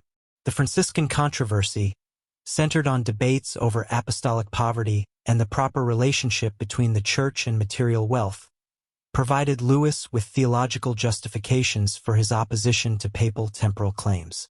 The antipope's establishment in Rome, though brief, demonstrated imperial capacity to challenge papal authority even within the traditional center of ecclesiastical power. The economic dimensions of Louis's Italian campaigns revealed the substantial financial resources required for sustained imperial intervention in the peninsula. The emperor's systematic taxation of conquered territories, combined with forced loans from Italian banking houses, generated revenues that supported his military operations while creating resentment among local populations. The development of new financial instruments, including bonds secured by future tax collections, demonstrated the sophisticated fiscal mechanisms that had evolved to support medieval military campaigns.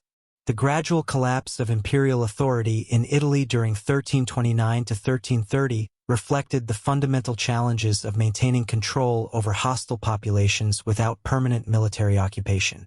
The resurgence of Guelph opposition, supported by papal resources and French diplomatic intervention, created coordinated resistance that overwhelmed imperial defensive capabilities.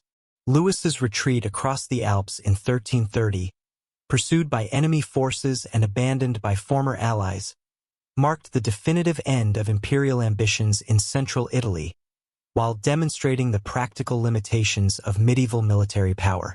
The emperor's return to Germany coincided with renewed challenges from Habsburg supporters, who had used his Italian absence to reorganize their opposition. Frederick of Austria's release from captivity in 1325, negotiated through papal mediation, had restored Habsburg leadership to the anti-Bavarian coalition, while providing experienced military command for renewed resistance efforts. The resulting conflicts in southwestern Germany demonstrated the persistent nature of dynastic rivalries, while revealing the institutional weaknesses that prevented effective imperial governance.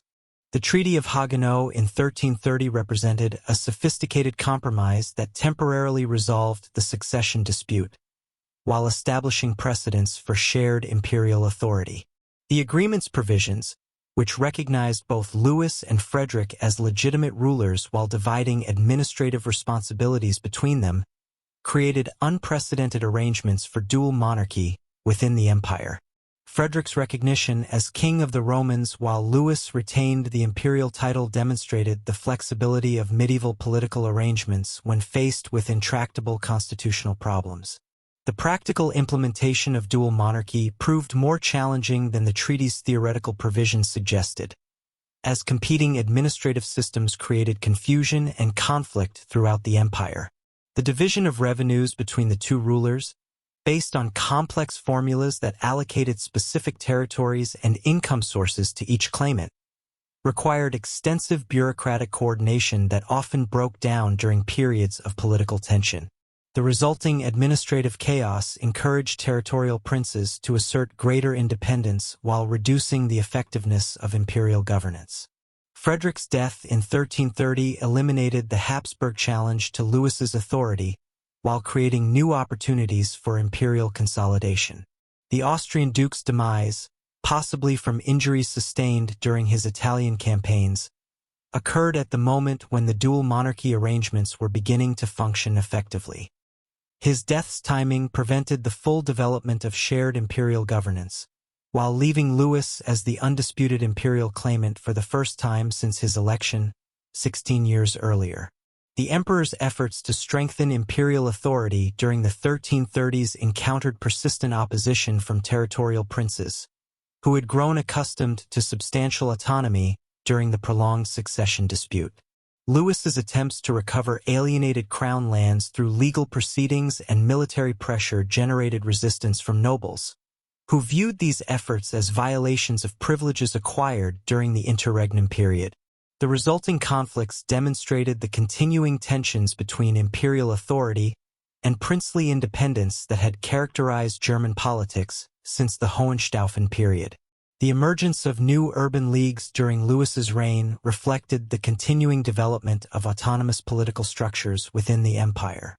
The Swabian League, formed in 1331 and eventually encompassing over 50 cities, created unprecedented mechanisms for interurban cooperation that included common defense arrangements, standardized commercial practices, and coordinated diplomatic policies.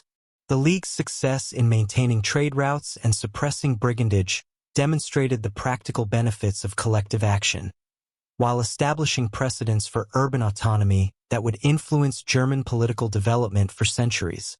The emperor's patronage of scholarly and artistic activities during his later reign contributed to intellectual developments that would influence European thought throughout the medieval period. The court scholars who served Louis, including the political theorist Marsilius of Padua and the philosopher William of Ockham, produced works that challenged traditional authorities while advancing new concepts of political legitimacy. Their writings, disseminated through the empire's growing network of universities and scriptoria, influenced broader European discussions of the relationship between temporal and spiritual authority.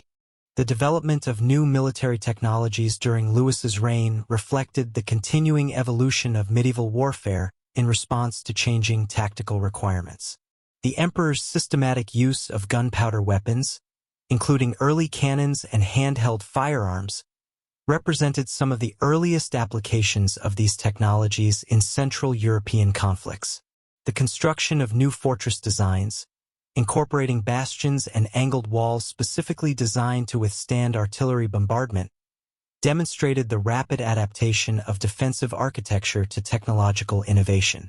Louis's death in 1347 created succession challenges that would bring the Luxembourg dynasty to imperial prominence while establishing new precedents for electoral politics. The emperor's demise during a hunting expedition in Bavaria eliminated the most experienced royal candidate while creating opportunities for alternative dynasties to assert their claims to imperial authority. The Electoral College's subsequent deliberations would demonstrate the continuing evolution of imperial succession practices, while revealing the persistent tensions between dynastic claims and electoral prerogatives. The election of Charles IV of Luxembourg in 1347 marked the beginning of a new phase in imperial history as the Bohemian king brought different priorities and territorial interests to the throne. Charles's background as heir to the Bohemian crown had provided him with extensive experience in the complex diplomatic and administrative challenges of governing Central European territories, while his education in Paris had exposed him to the latest developments in legal and administrative theory. The Luxembourg dynasty's substantial territorial base in Bohemia and the surrounding regions provided resources sufficient for effective imperial governance, while maintaining the delicate balance between royal authority and princely autonomy that had characterized post-interregnum politics. The new emperor's immediate priorities included the restoration of imperial prestige after decades of conflict and the establishment of stable institutional frameworks that could survive future succession crises. Charles's sophisticated understanding of the legal and administrative foundations necessary for effective imperial governance, demonstrated through his systematic approach to territorial consolidation and bureaucratic reform, would prove crucial for the empire's political development during the later medieval period. His recognition that imperial authority required both military strength and institutional legitimacy led him to pursue comprehensive reforms that would fundamentally reshape the empire's constitutional structure. The promulgation of the Golden Bull in 1356 represented Charles IV's most significant contribution to imperial constitutional development, establishing legal frameworks that would govern electoral politics for centuries. The document's comprehensive provisions, developed through extensive consultation with legal scholars and political advisors, addressed the fundamental questions of imperial succession that had generated conflicts throughout the previous century. The Golden Bull's systematic codification of electoral procedures, territorial arrangements, and administrative practices created institutional stability that would enable the empire to survive future political crises, while maintaining its essential character as a confederation of semi-autonomous territories. The Golden Bull's institutional frameworks proved their durability when the Electoral College convened in 1438 to select a successor to Sigismund of Luxembourg. The elector's choice of Albert II of Austria marked not merely another dynastic transition, but the beginning of Habsburg dominance that would endure for centuries. Albert's election represented a calculated decision by the German princes, who recognized that the Austrian duke's substantial territorial holdings in the southeast provided the military resources necessary to confront the growing Ottoman threat, while his family's traditional moderation in imperial affairs offered reassurance against excessive centralization. Albert II's brief reign from 1438 to 1439 established crucial precedents for Habsburg rule despite lasting barely 18 months. The new king's immediate focus on Hungarian affairs, where his marriage to Elizabeth of Luxembourg had provided claims to that kingdom's throne, demonstrated the international dimensions of Habsburg power that would distinguish the dynasty from its predecessors. His coronation as King of Hungary in Székesfehérvár, conducted according to traditional Magyar ceremonies while incorporating elements of German imperial ritual, symbolized the cultural synthesis that would characterize Habsburg governance throughout Central Europe. The king's military preparations against Ottoman forces revealed the sophisticated defensive strategies that had developed in response to Turkish expansion. Albert's systematic fortification of key strongholds along the Hungarian frontier, including the reconstruction of Buda's massive walls and the establishment of new garrison towns throughout the Danube Valley, created defensive networks designed to channel Ottoman attacks into predetermined killing zones. The employment of Italian military engineers, skilled in the latest fortress design techniques, introduced architectural innovations that would influence Central European fortification for decades. Albert's sudden death from dysentery in 1439, contracted during his campaign against the Ottomans, created a succession crisis that tested the institutional foundations he had barely begun to establish. His posthumous son, Ladislaus, born 4 months after the king's death, inherited claims to Austria, Bohemia, and Hungary that could not be effectively exercised during his minority.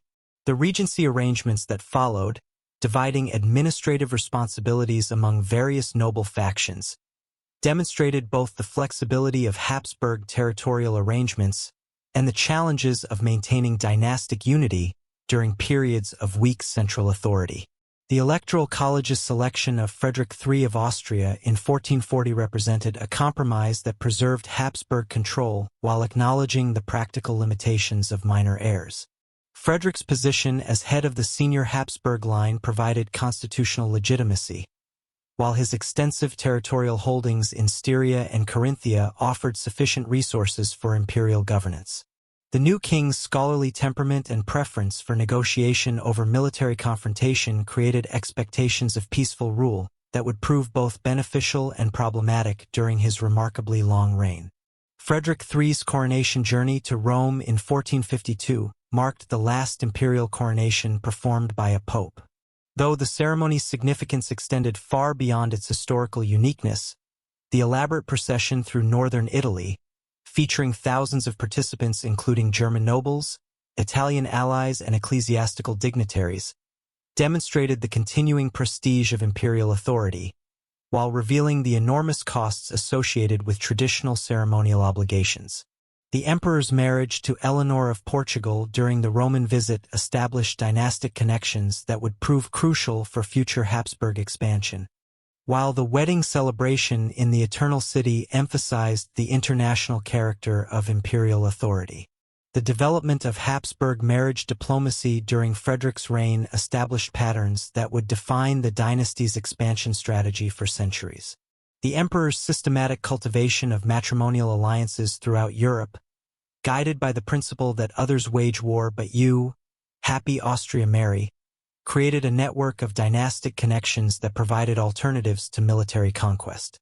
The negotiation of his son Maximilian's betrothal to Mary of Burgundy in 1477 represented the culmination of this strategy, bringing the wealthy Burgundian territories into the Habsburg sphere through peaceful means rather than expensive military campaigns.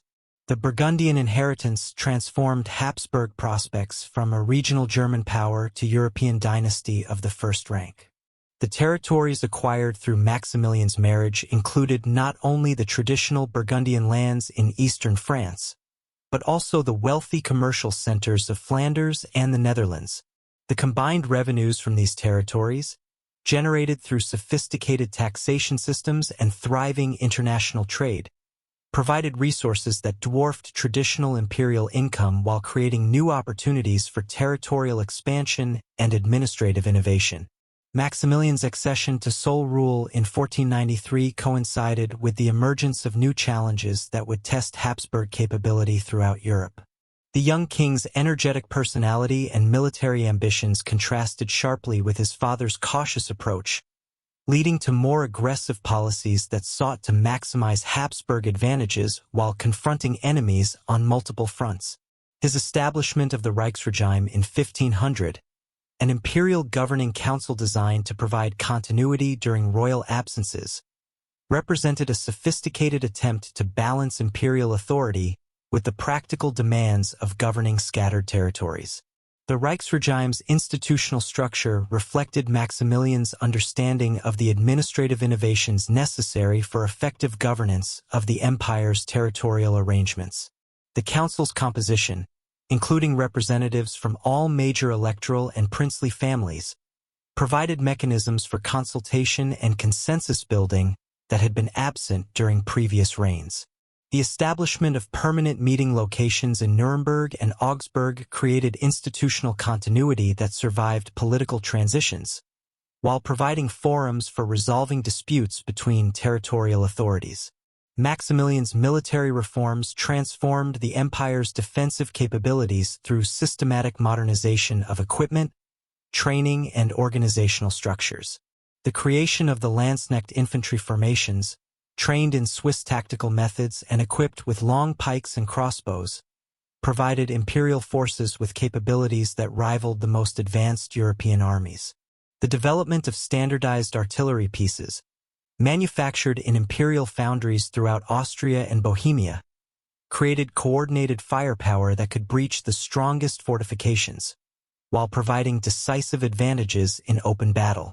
The emperor's Italian campaigns during the early 16th century demonstrated both the potential and limitations of Habsburg military power when confronted with determined opposition from multiple enemies.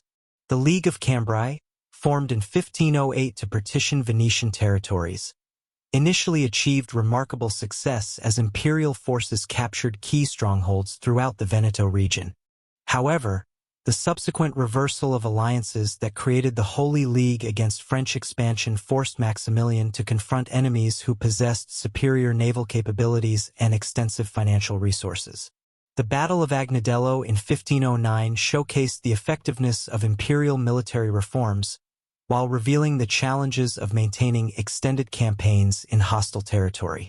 Maximilian's army, featuring coordinated infantry formations supported by mobile artillery, achieved decisive victory over Venetian forces through superior tactics and battlefield coordination.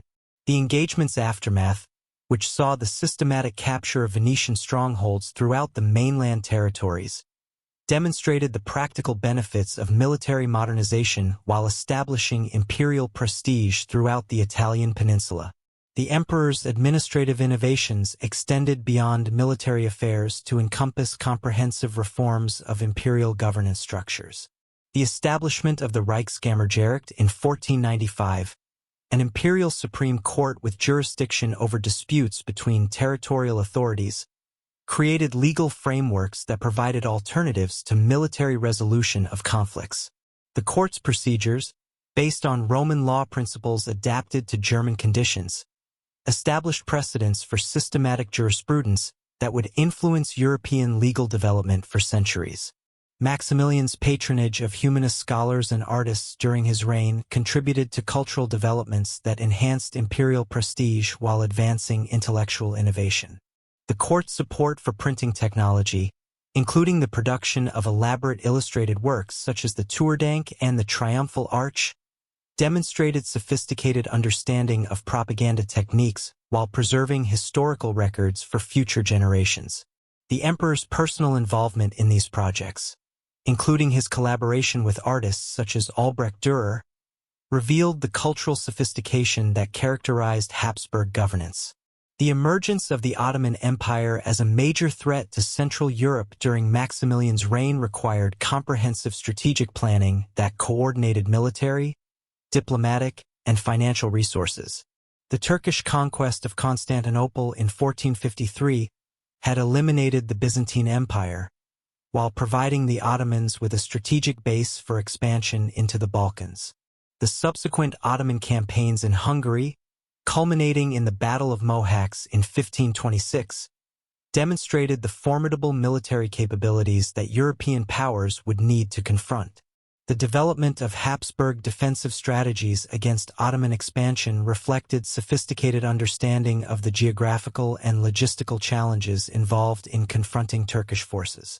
The establishment of the military frontier, a system of fortified settlements stretching from the Adriatic to the Carpathians, created defensive networks that could delay Ottoman advances while providing time for the assembly of relief forces. The recruitment of Grenzer units, specialized light infantry trained in irregular warfare tactics, provided capabilities specifically designed to counter Turkish military advantages.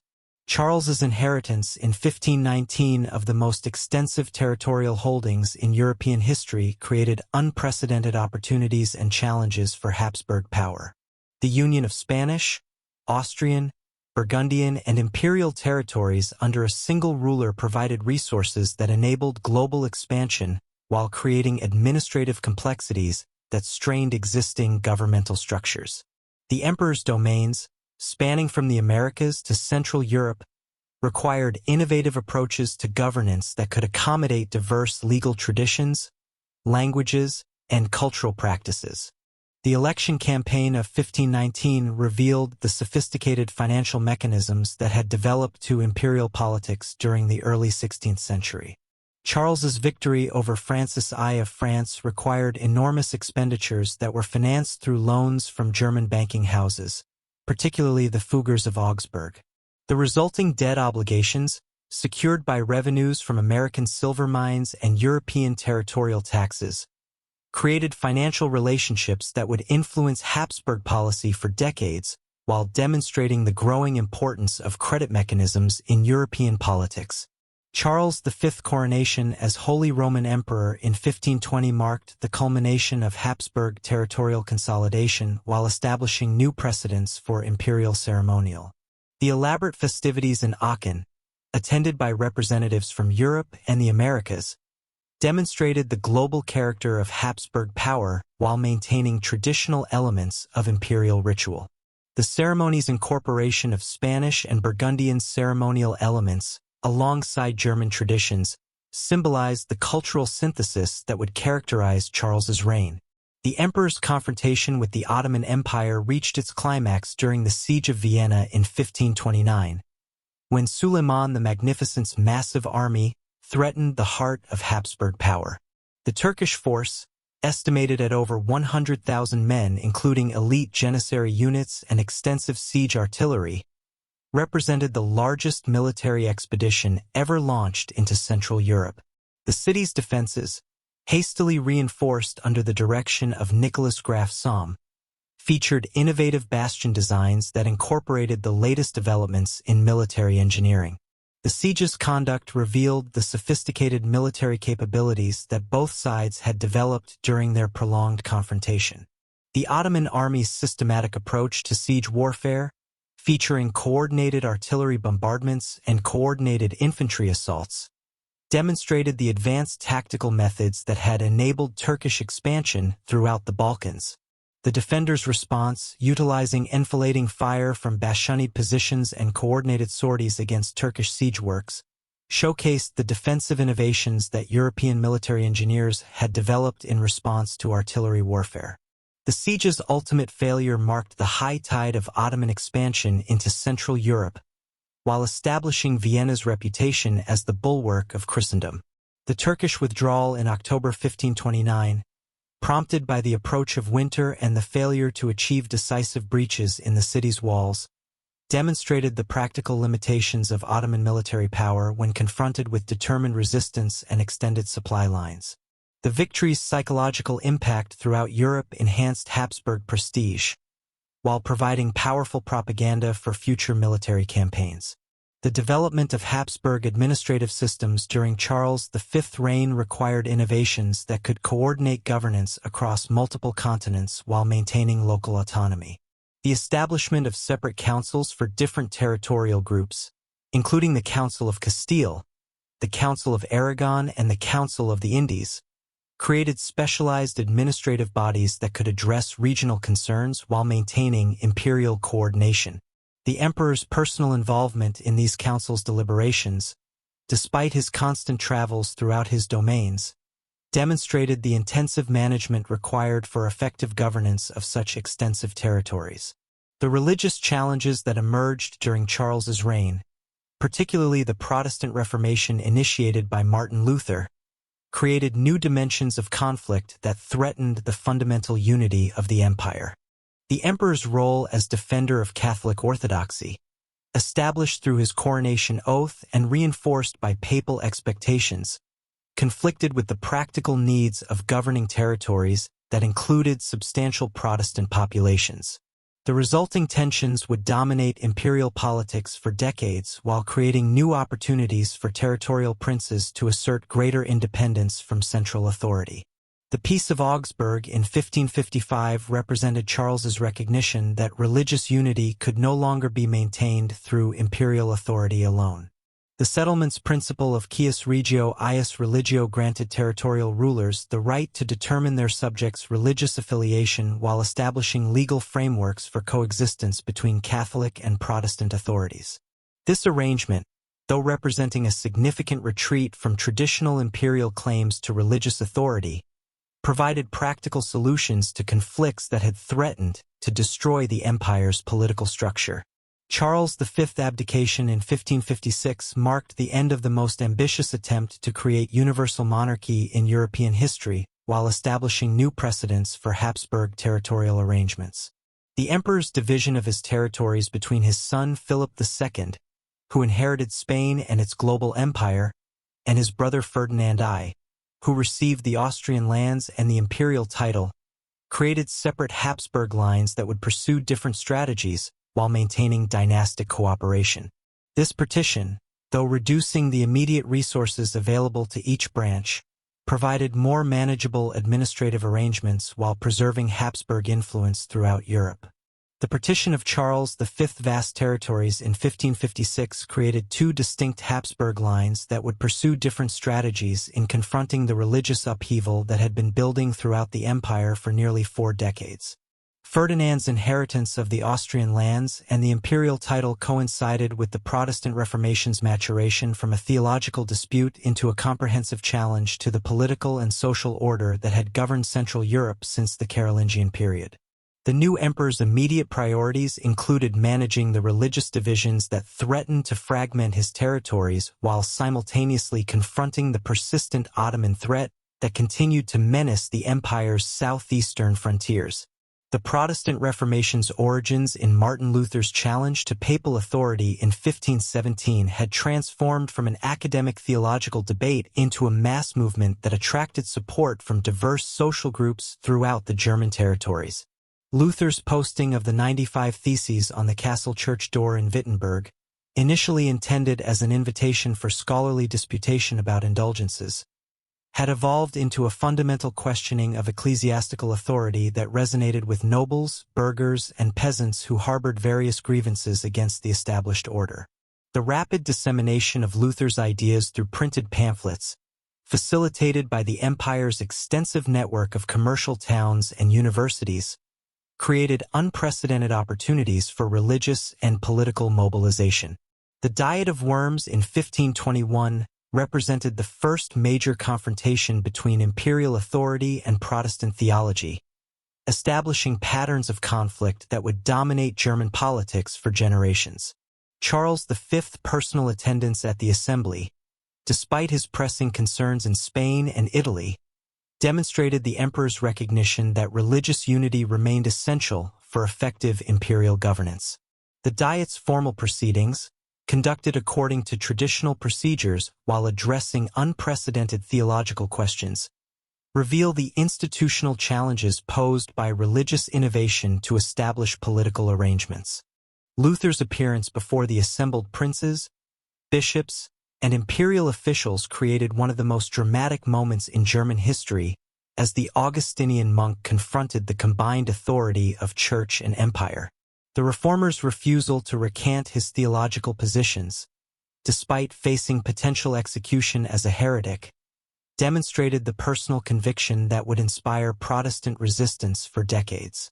His declaration that his conscience remained captive to Scripture alone challenged fundamental assumptions about religious authority while providing theological foundations for political resistance to imperial and papal claims. The Edict of Worms, issued by Charles V following Luther's departure from the Diet, declared the reformer an outlaw while prohibiting the circulation of his writings throughout the empire. The edict's comprehensive provisions, extending beyond theological censorship to include political and economic sanctions against Luther's supporters, demonstrated the emperor's determination to suppress religious innovation through systematic enforcement. However, the edict's practical implementation proved impossible without the cooperation of territorial princes, many of whom harbored their own grievances against ecclesiastical authority and imperial centralization.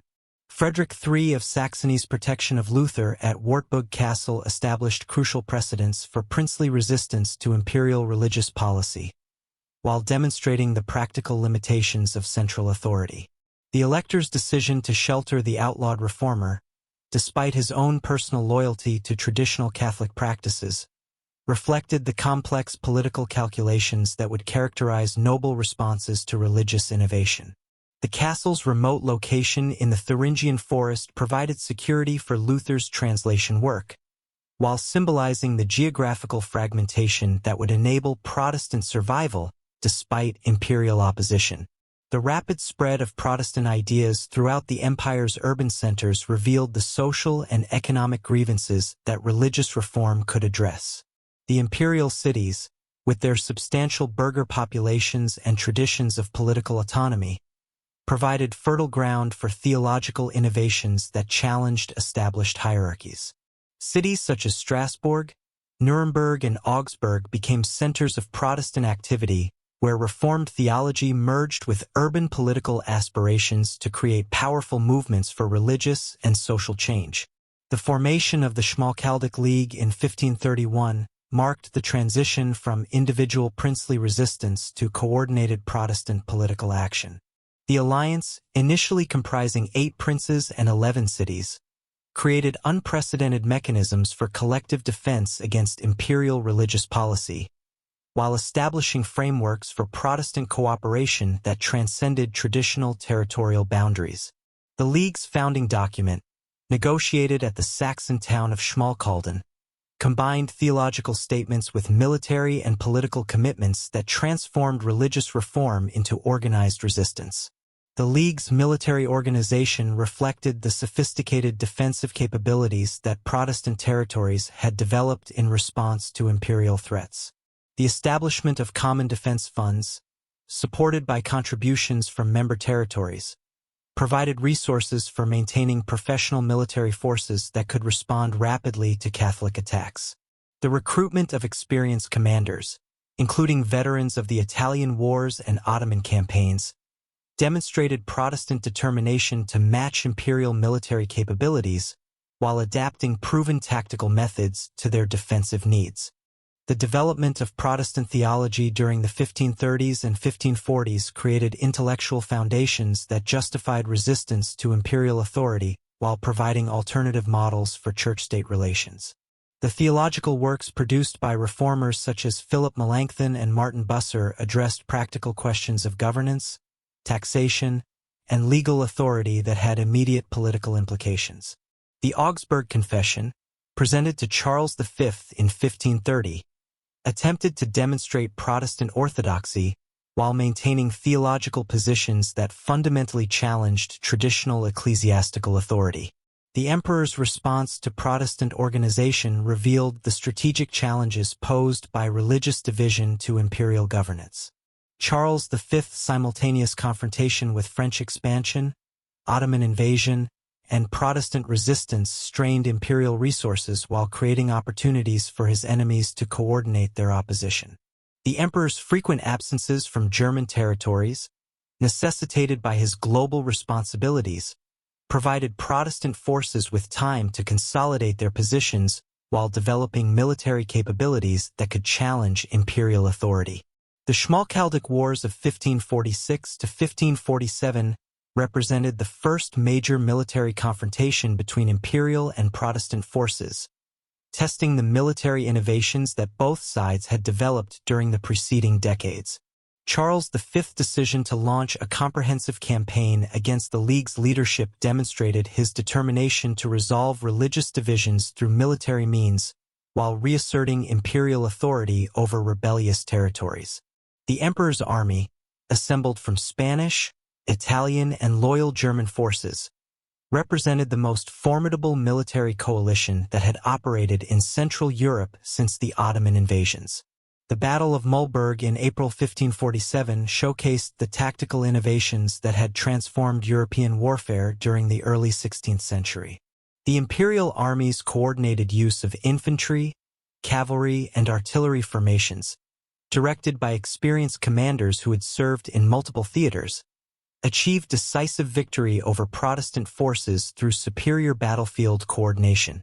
The engagement unfolded along the Elbe River, where Charles V's forces executed a complex river crossing under fire that demonstrated both tactical skill and personal courage from the emperor himself. The capture of Elector John Frederick of Saxony and Landgrave Philip of Hesse during the Mulberg campaign eliminated the Protestant League's primary leadership while providing Charles V with valuable hostages for future negotiations. The elector's imprisonment, lasting nearly 5 years, removed the most capable Protestant military commander while demonstrating imperial determination to punish religious rebellion. The Landgrave's more cooperative attitude during captivity reflected the diverse motivations that had driven Protestant resistance and the possibilities for negotiated settlements. The Augsburg Interim of 1548 represented Charles V's most ambitious attempt to restore religious unity through imperial legislation that balanced Catholic doctrine with Protestant practices. The document's comprehensive provisions, developed through extensive consultation with theologians from both religious traditions, addressed controversial issues such as clerical celibacy, communion in both kinds, and the authority of Scripture. The interim's implementation required careful negotiation with territorial authorities while maintaining the appearance of imperial supremacy over religious matters. The interim's reception throughout the empire revealed the deep divisions that religious reform had created within German society. Catholic territories generally accepted the emperor's religious settlement while maintaining reservations about specific provisions that appeared to compromise traditional doctrine. Protestant regions responded with varying degrees of compliance, ranging from grudging acceptance to outright resistance that required military enforcement. The resulting patchwork of religious practices demonstrated the practical impossibility of imposing uniform religious observance through imperial authority alone. The emergence of Saxony as a key figure in imperial politics during the late 1540s illustrated the complex loyalties that religious division had created within the empire's noble hierarchy. Maurice's initial support for imperial religious policy, motivated by his rivalry with his Protestant cousin John Frederick, provided Charles V with crucial assistance during the Schmalkaldic Wars. However, the Duke's subsequent alliance with Protestant forces and French enemies demonstrated the fluid nature of political alignments when religious, dynastic, and territorial considerations conflicted. The Treaty of Chambord in 1552, negotiating between Maurice of Saxony and Henry II of France, created an unprecedented alliance between German Protestant forces and foreign enemies of the empire. The agreement's provisions, which granted French forces access to imperial territories in exchange for military support against Charles V, demonstrated the international dimensions that religious conflict had acquired. The treaty's implementation required careful coordination between Protestant and French forces while maintaining the appearance of German patriotism despite foreign alliance. The Siege of Metz in 1552–53 revealed the limitations of imperial military power when confronted with determined resistance supported by foreign allies. Charles V's massive army, assembled from throughout his European territories, encountered sophisticated defensive preparations that incorporated the latest developments in military engineering. The city's bastioned fortifications, reinforced by French engineers and defended by experienced troops, withstood months of systematic bombardment while inflicting heavy casualties on imperial forces. The emperor's retreat from Metz in January 1553 marked a decisive turning point in the religious wars, demonstrating that military solutions could not resolve the fundamental divisions that had emerged within the empire. The campaign's failure, costing thousands of lives and enormous financial resources, convinced Charles V that negotiated settlement offered the only viable path toward religious peace. The emperor's subsequent diplomatic initiatives reflected this strategic reorientation while acknowledging the practical limits of imperial authority over religious matters. The Peace of Augsburg, negotiated during the Imperial Diet of 1555, established the legal and political frameworks that would govern religious relations within the empire for the next century.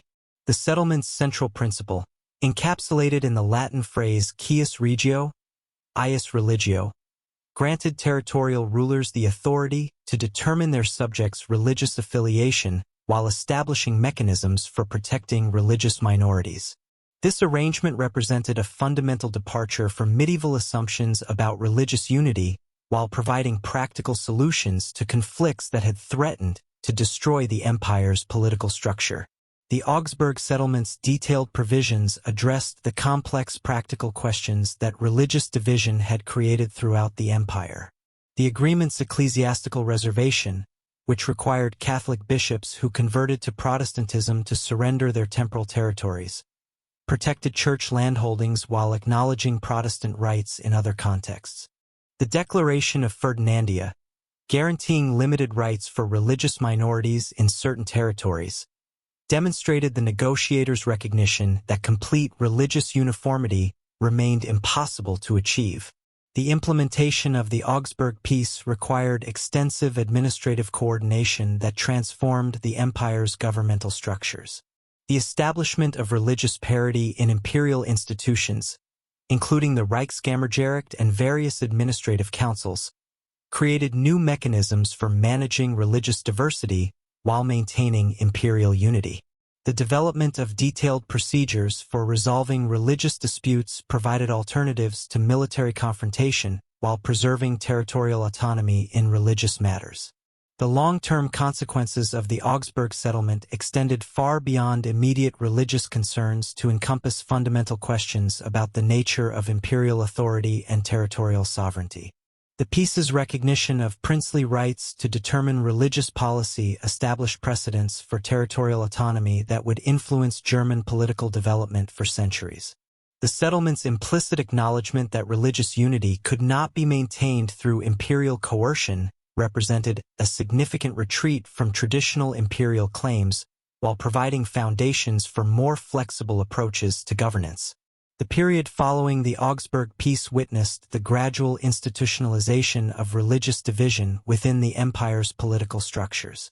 The development of separate Protestant and Catholic political networks, organized around religious affiliation rather than traditional territorial or dynastic loyalties, created new patterns of alliance and conflict that would dominate German politics throughout the later 16th century. The emergence of confessional identity as a primary factor in political calculation transformed the empire's constitutional arrangements while creating new sources of stability and instability. The Catholic League's formation in 1609 represented the culmination of Counter-Reformation efforts to organize systematic resistance to Protestant expansion. The alliance, led by Maximilian I of Bavaria and supported by Spanish resources, created military capabilities that could challenge Protestant territorial gains while advancing Catholic political objectives. The League's sophisticated organizational structure, combining religious motivation with professional military planning, demonstrated the evolution of confessional politics from theological disputation to systematic political action. The Protestant Union's establishment in 1608 provided Protestant territories with coordinated defensive capabilities that could counter Catholic military preparations. The alliance's membership, including major territories such as the Palatinate and Württemberg along with numerous imperial cities, created substantial military resources that could be deployed rapidly in response to Catholic threats. The Union's diplomatic connections with foreign Protestant powers, particularly France and England, provided additional resources while creating international dimensions to German religious conflict. The Ullacleve succession crisis of 1609 to 1614 demonstrated how religious divisions could transform local dynastic disputes into international confrontations that threatened European stability. The competing claims of Catholic and Protestant candidates to these strategically important territories created opportunities for the major confessional alliances to test their military preparations while pursuing broader political objectives. The crisis's resolution through French diplomatic intervention revealed the continuing importance of foreign powers in German religious politics, while establishing precedents for international mediation of internal imperial disputes. The defenestration of Prague in 1618 precipitated the most destructive conflict in German history, as religious tensions that had been building for decades finally erupted into comprehensive warfare. The Bohemian nobles' rejection of Ferdinand II's authority, motivated by fears of Catholic persecution and constitutional violations, created a rebellion that quickly spread throughout the empire.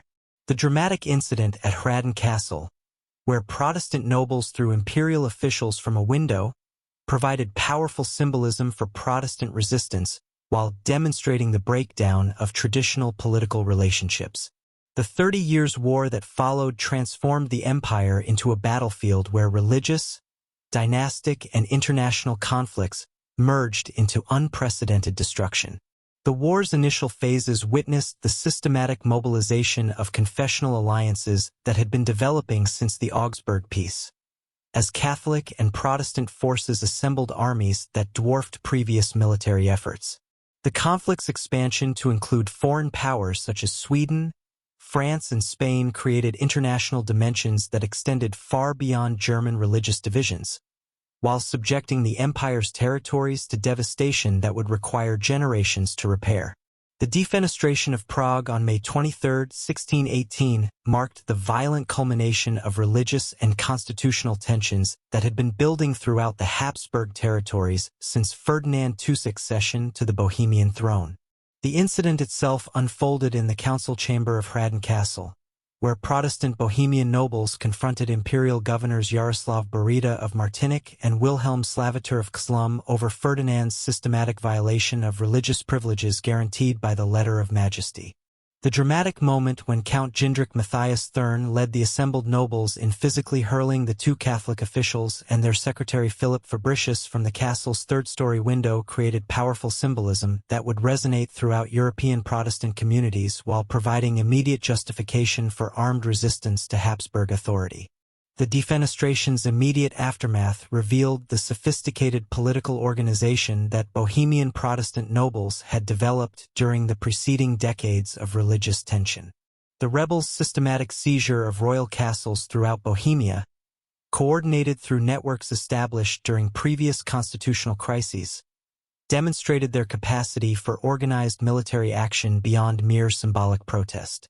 The formation of a provisional government under the leadership of Count Gindrich Matthias Thurn and the subsequent expulsion of Jesuit clergy from Bohemian territories indicated the rebellion's comprehensive character, extending beyond religious grievances to encompass fundamental questions about the relationship between royal authority and noble privileges.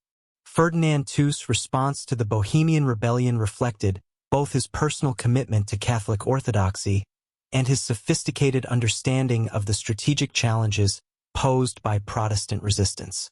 The emperor's immediate appeal to his cousin Philip III of Spain and his brother-in-law Maximilian III of Bavaria demonstrated the international dimensions that German religious conflicts had acquired since the formation of the Catholic League. The systematic mobilization of Catholic resources, including Spanish silver from the Americas and Bavarian military expertise, created coalition warfare capabilities that dwarfed the resources available to individual Protestant territories while establishing precedents for foreign intervention in German affairs. The Bohemian rebels' search for international support revealed the complex diplomatic networks that had developed around European religious divisions. Their initial overtures to the Protestant Union generated limited enthusiasm, as German Protestant princes remained reluctant to support what appeared to be treasonous rebellion against legitimate imperial authority.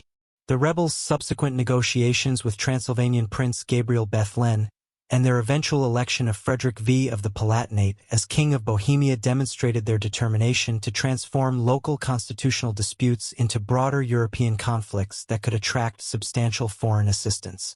Frederick's acceptance of the Bohemian crown in 1619 transformed a regional rebellion into the opening phase of European warfare that would devastate Central Europe for 3 decades.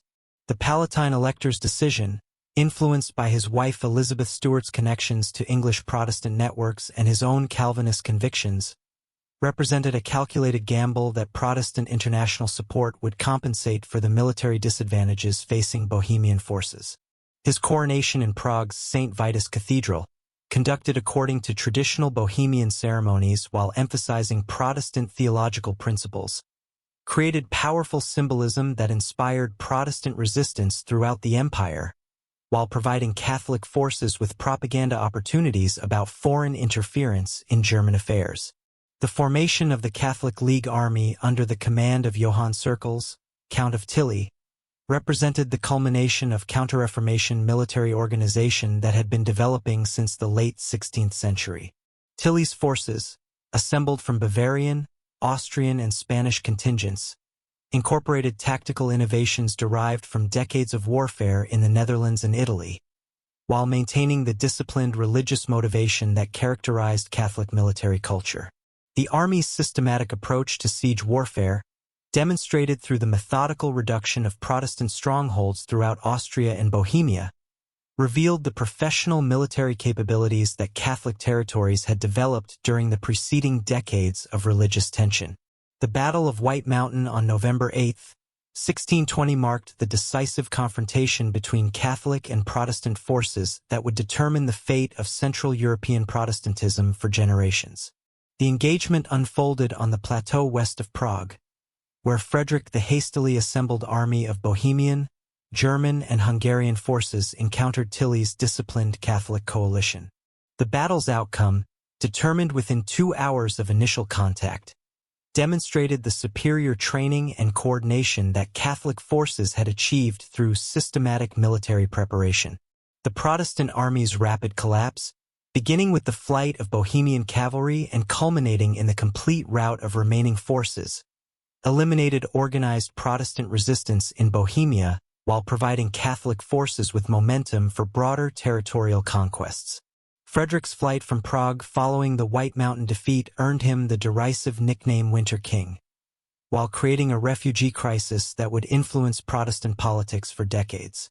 The elector's abandonment of his Bohemian supporters, who faced systematic persecution under Ferdinand II's Restoration government, demonstrated the limitations of international Protestant solidarity when confronted with determined Catholic military action.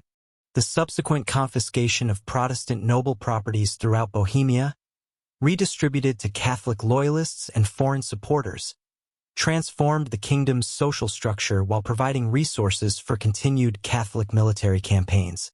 The systematic recatholicization of Bohemia under Ferdinand II's direction represented the most comprehensive religious transformation attempted in early modern Europe. The emperor's expulsion of Protestant clergy, closure of Protestant schools, and mandatory conversion requirements for noble families created precedents for religious coercion that would influence Catholic policy throughout the Habsburg territories. The Jesuit-directed educational reforms emphasizing Catholic doctrine and Habsburg loyalty sought to eliminate Protestant cultural influences while creating new generations of Catholic subjects who would support imperial authority. The expansion of Catholic military operations into the Palatinate during 1621 to 1622 demonstrated the international dimensions that the German religious conflict had acquired. Spanish forces advancing from the Netherlands coordinated with Bavarian armies moving from the east to systematically reduce Protestant strongholds throughout the Rhineland. The siege of Heidelberg, Frederick's capital, required extensive siege operations that showcased the advanced military engineering capabilities Catholic forces had developed. The city's eventual capture in September 1622 provided Catholic forces with substantial territorial gains while eliminating the Protestant stronghold in southwestern Germany. The transfer of the Palatine electoral dignity to Maximilian I of Bavaria in 1623 represented Ferdinand II's most significant constitutional innovation, fundamentally altering the empire's political balance.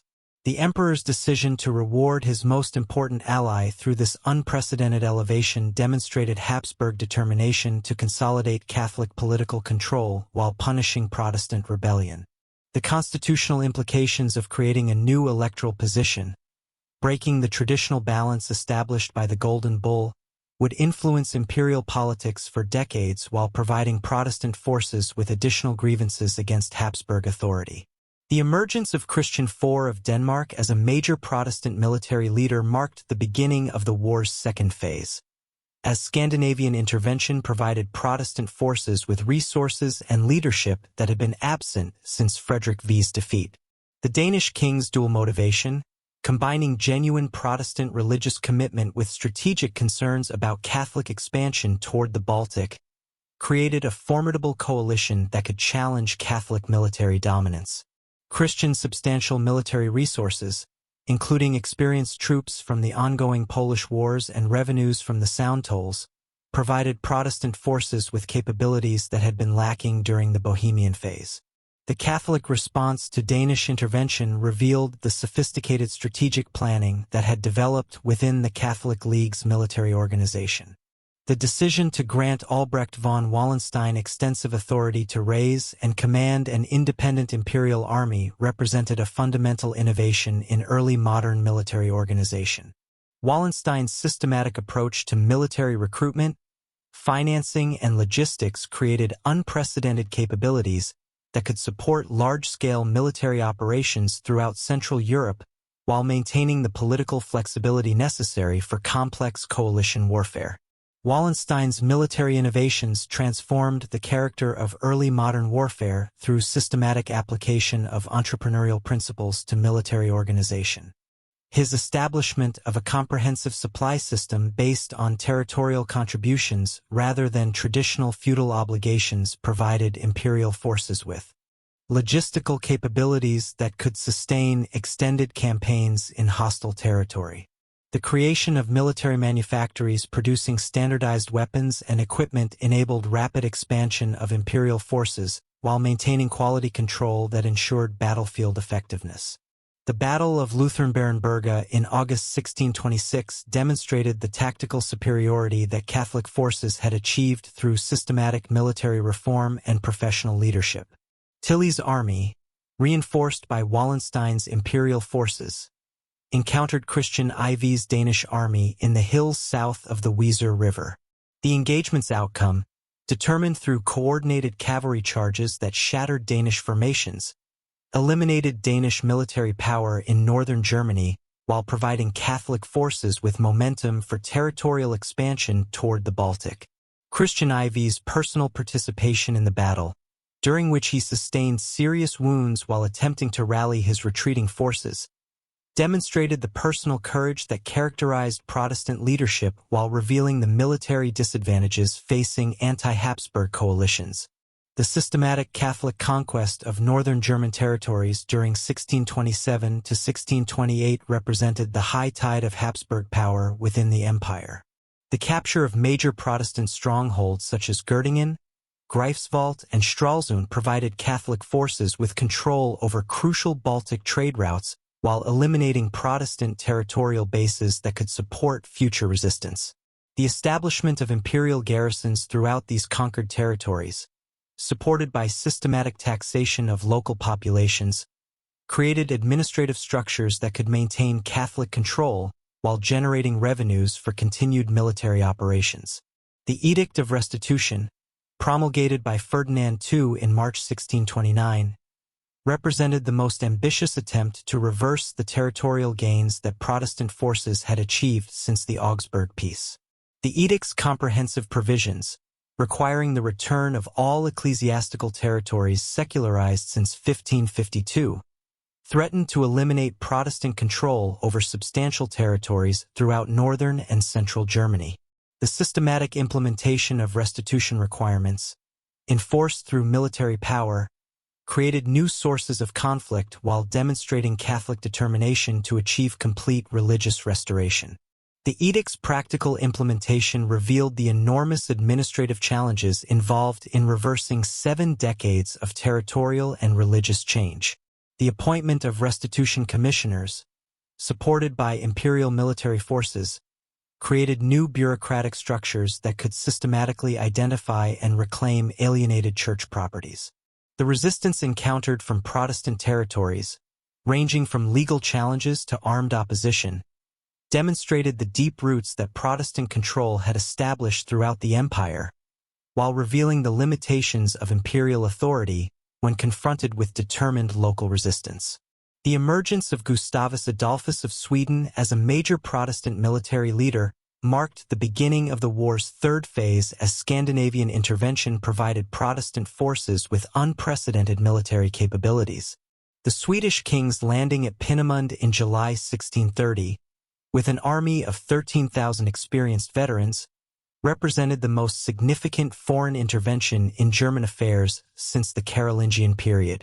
Gustavus Adolphus's military innovations, including the systematic use of mobile artillery and coordinated infantry cavalry tactics, provided Protestant forces with battlefield capabilities that could challenge Catholic military dominance, while inspiring renewed resistance throughout Protestant territories. The Swedish military system represented the culmination of early modern military reform, incorporating tactical innovations developed during decades of warfare in Eastern Europe. The army's organizational structure, based on standardized regimental formations with integrated artillery support, provided flexibility and firepower that surpassed contemporary European military capabilities. The systematic training programs that produced disciplined infantry formations, capable of complex battlefield maneuvers, enabled Swedish forces to achieve tactical superiority despite facing numerically superior Catholic armies. The Battle of Breitenfeld on September 17, 1631, marked the decisive confrontation between Swedish and Catholic forces that would transform the war's strategic balance.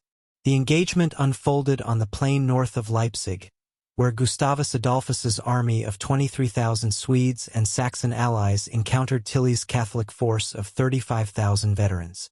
The battle's outcome, determined through Swedish tactical innovations that neutralized Catholic numerical advantages, demonstrated the effectiveness of military reform while eliminating the aura of Catholic invincibility that had dominated European warfare for over a decade. The Swedish victory's immediate consequences extended far beyond tactical success to encompass fundamental changes in European military and political relationships.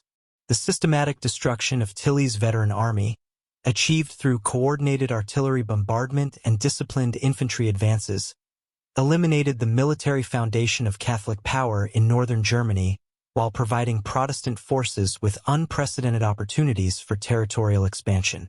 The capture of substantial military supplies and artillery pieces enhanced Swedish capabilities while demonstrating the material benefits of battlefield success. Gustavus Adolphus's subsequent march through central Germany represented the most successful Protestant military campaign since the war's beginning. The systematic capture of major Catholic strongholds, including Würzburg, Mainz, and Frankfurt, provided Swedish forces with control over crucial commercial and strategic centers while generating revenues that could support continued military operations. The king's diplomatic negotiations with German Protestant princes, offering protection in exchange for military cooperation, created coalition structures that could sustain Swedish intervention while providing local legitimacy for foreign military presence.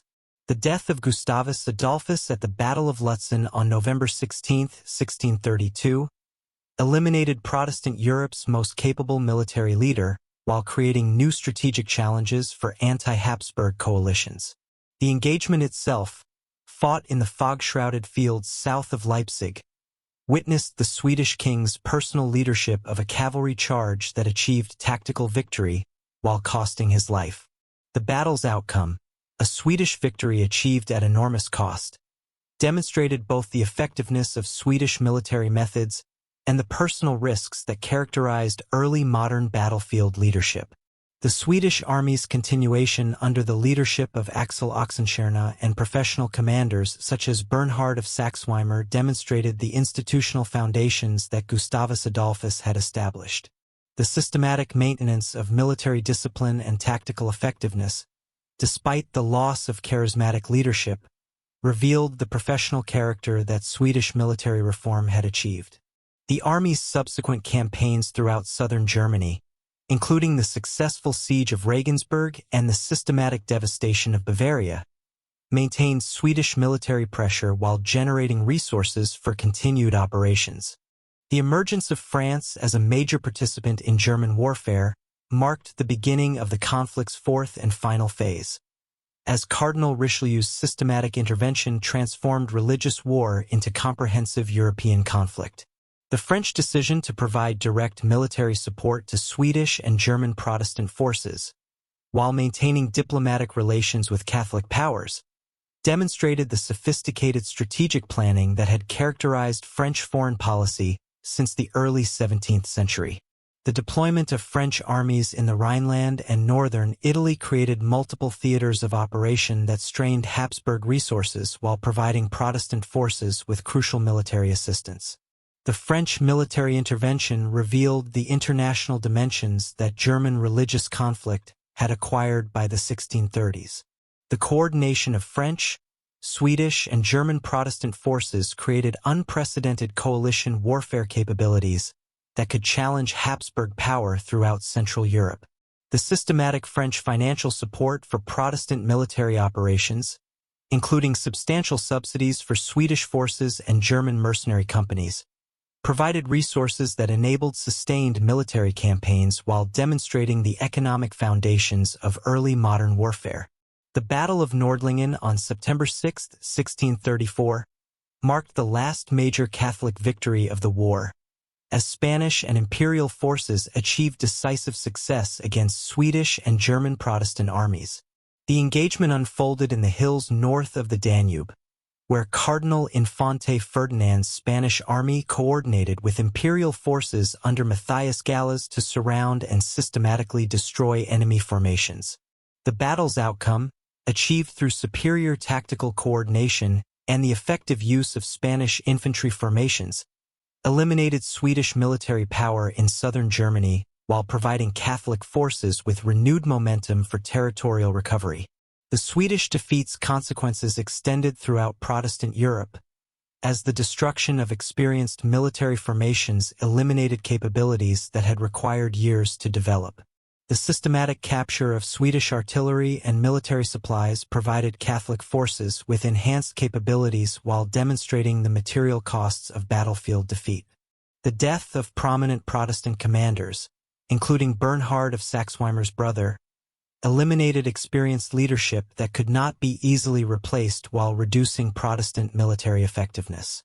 The Peace of Prague in 1635 represented Ferdinand II's most significant attempt to achieve negotiated settlement of the German religious conflict while maintaining essential Habsburg interests. The agreement's comprehensive provisions, developed through extensive consultation with German Protestant princes, offered substantial concessions on religious issues while preserving imperial authority over constitutional questions. The treaty's modification of the Edict of Restitution, establishing a new normative date of 1627 for ecclesiastical properties, demonstrated Habsburg willingness to compromise on religious issues while maintaining political control. The Prague settlement's reception throughout the empire revealed the complex motivations that had sustained the religious conflict for nearly 2 decades. Many German Protestant princes accepted the emperor's terms, recognizing that continued warfare threatened their territorial integrity while offering limited prospects for additional gains. However, the systematic French and Swedish rejection of the settlement, combined with continued military operations throughout German territories, demonstrated the international dimensions that prevented purely German solutions to the conflict. The war's final phase, lasting from 1635 to 1648, witnessed the transformation of religious conflict into comprehensive European warfare that encompassed diplomatic, military, and economic dimensions. The systematic French military intervention in the Rhineland, coordinated with Swedish operations in northern Germany, created multiple theaters of operation that strained Habsburg resources while preventing Catholic consolidation of territorial gains. The emergence of professional military commanders such as Turenne and Condé provided French forces with tactical capabilities that could challenge Habsburg military dominance while inspiring renewed resistance throughout Protestant territories. The devastating demographic and economic consequences of prolonged warfare became apparent throughout German territories as military operations continued without decisive resolution. The systematic destruction of agricultural resources, necessitated by military supply requirements, created famine conditions that affected civilian populations regardless of religious affiliation. The collapse of commercial networks, disrupted by military operations and territorial fragmentation, eliminated economic foundations that had supported Central European prosperity for centuries. The emergence of military entrepreneurship during the war's later phases created new forms of organized violence that operated independently of political control. The systematic recruitment of mercenary companies, financed through territorial contributions and plunder, created military forces that possessed substantial autonomy while maintaining nominal allegiance to various political authorities. The development of military logistics systems, capable of supporting large armies through systematic exploitation of occupied territories, enabled sustained military operations while imposing enormous costs on civilian populations.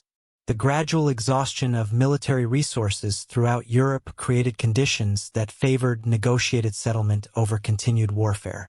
The systematic depletion of manpower through decades of military operations eliminated the demographic foundations necessary for sustained conflict, while reducing the effectiveness of remaining military forces. The financial exhaustion of major powers, demonstrated through currency debasements and fiscal crises, created economic pressures that favored diplomatic resolution over continued military expenditure. The Peace of Westphalia, negotiated simultaneously at Münster and Osnabrück during 1646–48, represented the most comprehensive attempt to resolve the complex political, religious, and territorial issues that had generated 3 decades of warfare. The diplomatic proceedings, involving representatives from throughout Europe, addressed fundamental questions about sovereignty, religious authority, and territorial arrangements that extended far beyond German concerns. The systematic coordination of multiple bilateral and multilateral negotiations created unprecedented diplomatic complexity while providing frameworks for comprehensive settlement. The Westphalian settlement's religious provisions established new legal frameworks that would govern church-state relations throughout Central Europe for centuries.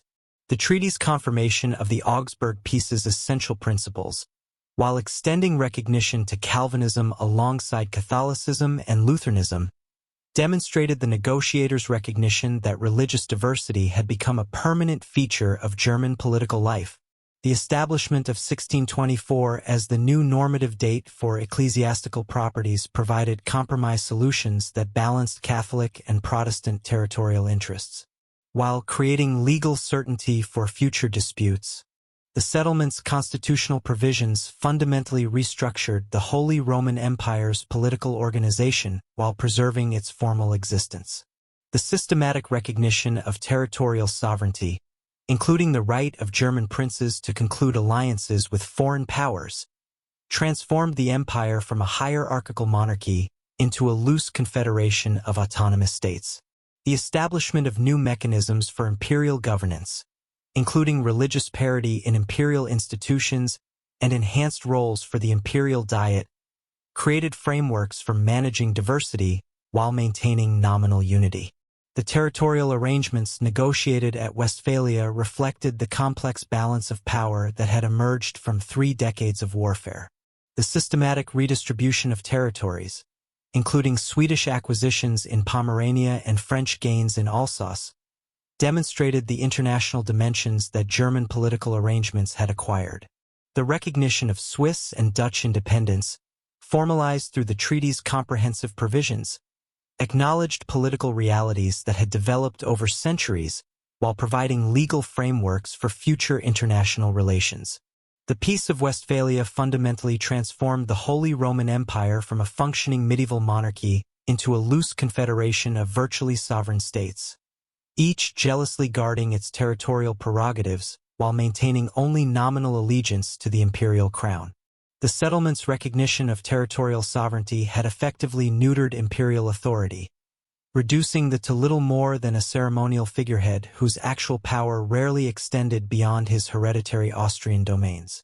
This constitutional revolution created a political landscape where over 300 individual territories, ranging from substantial kingdoms like Prussia and Bavaria to tiny free cities and ecclesiastical principalities, operated as independent entities while participating in increasingly hollow rituals of imperial governance. The imperial diet, relocated permanently to Regensburg in 1663, epitomized this new political reality. What had once been an assembly capable of decisive action became a perpetual diplomatic conference, where representatives debated endlessly over procedural matters while avoiding substantive decisions that might threaten their master's autonomy. The Diet's division into 3 colleges, electors, princes, and cities, created institutional gridlock that prevented effective governance while providing endless opportunities for foreign powers to manipulate German politics through strategic alliances and subsidies. The elaborate ceremonial protocols that govern the Diet's proceedings, including complex rules about seating arrangements and precedents, consumed more attention than actual legislative business. The emergence of Prussia as a major European power during the late 17th and early 18th centuries created the most significant challenge to Austrian hegemony within the empire since the medieval conflicts between Pope and Emperor. The Hohenzollern dynasty's systematic territorial consolidation, beginning with the acquisition of East Prussia in 1618 and culminating in the royal coronation of Frederick I in 1701, created a northern German power bloc that could rival Habsburg influence while maintaining nominal subordination to imperial authority. The Prussian military system, developed through decades of warfare against Swedish and Polish forces, produced professional armies that surpassed contemporary European standards in discipline, training, and battlefield effectiveness. Frederick William II's military reforms during the early 18th century transformed Prussia from a collection of scattered territories into a unified military state capable of challenging established European powers.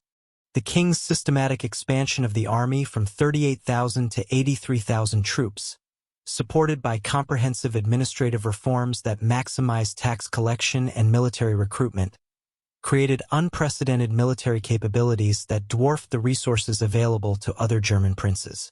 The establishment of the canton system, which divided the kingdom into military districts responsible for recruiting and maintaining specific regiments, provided reliable manpower while creating deep connections between military service and civilian society. The Prussian military's distinctive characteristics reflected the kingdom's unique geographical and political circumstances. The army's emphasis on precise drill, rapid deployment, and coordinated battlefield maneuvers compensated for numerical disadvantages while maximizing the effectiveness of limited resources. The development of standardized equipment, uniforms, and tactical procedures created military efficiency that enabled Prussian forces to achieve tactical superiority despite facing larger enemy armies. The systematic training of officers through military academies and practical experience produced professional leadership that could adapt to changing battlefield conditions while maintaining unit cohesion under extreme pressure. The War of Austrian Succession marked the beginning of the Great German dualism that would dominate Central European politics for the next century. Frederick II's invasion of Silesia in December 1740, launched immediately after Maria Theresa's accession to the Habsburg throne, demonstrated Prussian willingness to challenge Austrian authority through direct military action. The young king's systematic preparation for the campaign, including detailed intelligence gathering and diplomatic negotiations with potential allies, revealed the sophisticated strategic planning that characterized Prussian military culture. The rapid conquest of Silesia's major fortresses, achieved through coordinated siege operations and mobile warfare tactics, provided Prussia with substantial territorial gains while demonstrating the effectiveness of military modernization. The Battle of Malwitz on April 10, 1741, established Frederick II's reputation as a military commander, while revealing both the strengths and limitations of Prussian military reforms. The engagement unfolded on the snow-covered fields near Brieg, where Frederick's army of 22,000 troops encountered Austrian forces under Field Marshal Wilhelm Reinhard von Neipperg. The battle's initial phases witnessed the collapse of Prussian cavalry formations under Austrian attack, forcing Frederick to flee the battlefield while believing his army faced destruction. However, the disciplined performance of Prussian infantry, maintaining formation despite cavalry losses and systematically advancing against Austrian positions, ultimately achieved victory through superior training and battlefield coordination. The Silesian Wars demonstrated the transformation of European warfare from dynastic conflicts to struggles for territorial and commercial advantage. The systematic Prussian exploitation of Silesia's mineral resources, including extensive coal deposits and textile manufacturing capabilities, provided economic foundations that could support continued military expansion while reducing dependence on foreign subsidies. The province's strategic location, controlling crucial trade routes between northern and southern Europe, enhanced Prussian political influence while creating new opportunities for diplomatic maneuvering. Maria Theresa's response to Prussian aggression revealed the resilience of Habsburg power despite the apparent weakness of the Austrian succession. The Empress's systematic mobilization of Hungarian resources, achieved through careful negotiation with Magyar nobles and recognition of traditional constitutional privileges, provided military capabilities that enabled sustained resistance to Prussian expansion.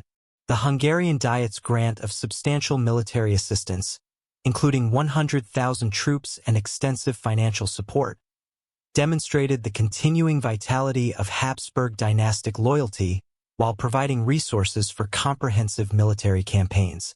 The diplomatic revolution of 1756, which realigned European alliances and created new patterns of international conflict, reflected the changing balance of power within the Holy Roman Empire.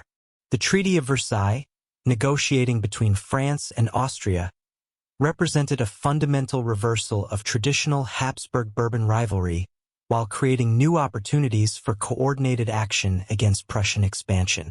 The alliance's military implications, including French financial support for Austrian military operations and coordination of strategic planning, provided Habsburg forces with resources that could challenge Prussian military advantages while demonstrating the international dimensions of German political competition. The 7 Years' War transformed the struggle between Austria and Prussia into a global conflict that encompassed European, American, and Asian theaters. Frederick II's preemptive invasion of Saxony in August 1756 demonstrated Prussian determination to maintain strategic initiative while preventing the formation of hostile coalitions. The systematic occupation of Dresden and Leipzig provided Prussian forces with advanced positions for operations against Austrian and Russian armies, while generating substantial revenues through territorial contributions. The war's expansion to include British support for Prussia and French assistance to Austria created international dimensions that extended far beyond German territorial disputes. The Battle of Rossbach on November 5, 1757 showcased the tactical innovations that had made Prussian forces the most effective military organization in Europe. The engagement unfolded on the rolling hills southwest of Leipzig, where Frederick's army of 21,000 troops encountered a combined Franco-Austrian force of 64,000 under the Duke of Soubise.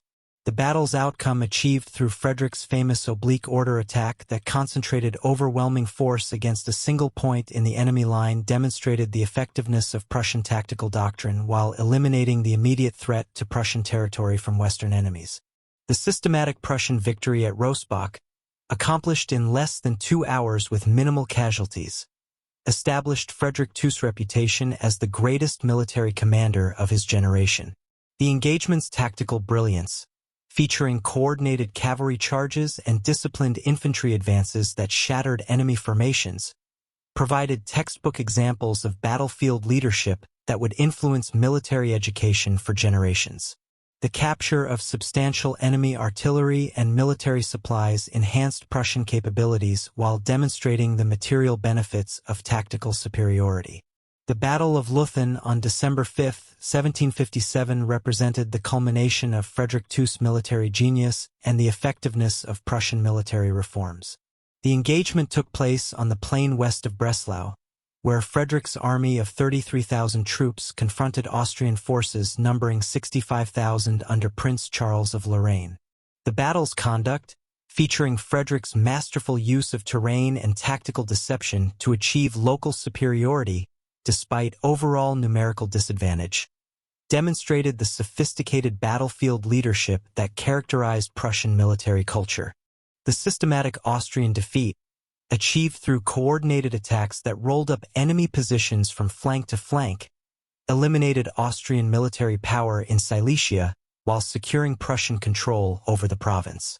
The war's enormous human and economic costs revealed the limitations of 18th-century military capabilities when confronted with sustained coalition warfare. The systematic devastation of German territories, particularly in Saxony and Silesia, eliminated agricultural and commercial resources that had supported Central European prosperity for generations. The demographic impact of prolonged military operations, including massive casualties from battle and disease, reduced population levels throughout the empire while creating social disruption that would require decades to repair. The Peace of Hubertusburg in 1763 confirmed Prussian retention of Silesia, while establishing the territorial arrangements that would govern German politics for the remainder of the 18th century. The treaty's recognition of Prussian sovereignty over the disputed province demonstrated the practical results of military effectiveness, while acknowledging the permanent alteration of power relationships within the empire. The settlement's broader implications, including the confirmation of Prussian status as a major European power, transformed the Holy Roman Empire's internal dynamics while creating new patterns of alliance and conflict that would influence Central European politics for generations. The French Revolutionary Wars beginning in 1792 subjected the Holy Roman Empire to unprecedented challenges that would ultimately prove fatal to its continued existence. The revolutionary ideology emanating from France, with its emphasis on popular sovereignty and national self-determination, directly challenged the feudal and dynastic principles that had German political life for centuries. The systematic French military campaigns along the Rhine, beginning with the declaration of war in April 1792, created immediate threats to imperial territories while demonstrating the military effectiveness of revolutionary armies motivated by ideological commitment rather than traditional dynastic loyalty. The First Coalition War revealed the institutional weaknesses that had developed within the empire's military and political structures during the preceding century of territorial fragmentation. The imperial army's performance during the early campaigns, characterized by poor coordination between contingents from different territories and inadequate supply arrangements, demonstrated the practical consequences of political decentralization. The systematic French victories at Valmy, Jemappes, and Fleurus eliminated imperial forces from the Low Countries while providing revolutionary armies with momentum for territorial expansion into German territories. The systematic French occupation of the Rhineland during 1794 to 1795 eliminated imperial authority over territories that had been integral to the empire since Charlemagne's reign. The revolutionary administration's implementation of French legal codes, administrative procedures, and educational systems created new forms of governance that directly challenged traditional imperial institutions. The abolition of feudal obligations, ecclesiastical privileges, and guild restrictions provided local populations with tangible benefits, while demonstrating the practical advantages of revolutionary political principles. The emergence of Napoleon Bonaparte as first consul in 1799 transformed French policy toward the Holy Roman Empire from revolutionary expansion to systematic territorial reorganization. Napoleon's sophisticated understanding of German political conditions, gained through extensive study of imperial constitutional arrangements and diplomatic correspondence, enabled him to exploit the empire's internal divisions while advancing French strategic objectives. The systematic French cultivation of relationships with middle-sized German states, particularly Bavaria, Württemberg, and Baden, created new alliance patterns that bypassed traditional imperial authority while providing France with reliable German allies. The Peace of Luneville in 1801 formalized the territorial changes that French military success had achieved while establishing precedents for comprehensive reorganization of German political arrangements. The treaty's provisions, requiring the cession of imperial territories west of the Rhine to France, eliminated substantial revenues and strategic positions that had supported imperial authority for centuries. The agreement's compensation clauses, promising equivalent territories east of the Rhine for dispossessed princes, created opportunities for systematic territorial redistribution that would fundamentally alter the empire's political geography. The imperial recess of 1803 represented the most comprehensive territorial reorganization in German history, as the systematic secularization of ecclesiastical territories and mediatization of smaller principalities eliminated over 100 political entities, while consolidating power in the hands of larger states. The process, supervised by French diplomatic pressure and implemented through complex negotiations among German princes, transferred approximately 3.2 million subjects and substantial territorial resources to enlarged kingdoms and duchies. The systematic elimination of imperial cities, ecclesiastical principalities, and minor counties created simplified political arrangements that favored French interests, while reducing the institutional complexity that had characterized imperial governance. The secularization process eliminated the Catholic Church's temporal authority throughout the empire, while transferring enormous wealth to secular rulers. The systematic confiscation of monastic properties, episcopal territories, and cathedral chapters provided enlarged states with resources that could support administrative expansion and military modernization. The displacement of thousands of ecclesiastical officials, from prince-bishops to village priests, created social disruption while eliminating traditional sources of imperial support among the higher clergy. The mediatization of smaller territories created new patterns of political allegiance that bypassed traditional imperial institutions. The systematic absorption of free cities, imperial knights, and minor principalities by larger neighbors eliminated the political fragmentation that had characterized the empire since the medieval period. The creation of enlarged kingdoms in Bavaria, Württemberg, and Baden provided France with reliable allies while reducing the number of political entities that could participate in anti-French coalitions. The Battle of Austerlitz on December 2, 1805 demonstrated Napoleon's military genius while eliminating the Third Coalition's capacity for coordinated resistance to French expansion. The engagement unfolded on the Pratzen Heights east of Brünn, where Napoleon's army of 73,000 troops confronted the combined Austrian and Russian forces of 85,000 under Emperor Francis II and Tsar Alexander I. The battle's outcome achieved through Napoleon's tactical masterpiece that lured enemy forces into attacking weakened French positions while concealing the main attack against the Allied center, eliminated Austrian military power while forcing Russian withdrawal from Central Europe. The systematic French victory at Austerlitz, accomplished through superior tactical coordination and battlefield leadership, provided Napoleon with the strategic position necessary to reshape German political arrangements according to French interests. The battle's immediate consequences, including the Treaty of Pressburg that eliminated Austrian influence in southwestern Germany, created opportunities for comprehensive territorial reorganization that would eliminate the Holy Roman Empire's remaining institutional foundations. The formation of the Confederation of the Rhine on July 12, 1806, represented the culmination of Napoleon's systematic policy of German territorial reorganization, while providing the immediate cause for the Holy Roman Empire's dissolution.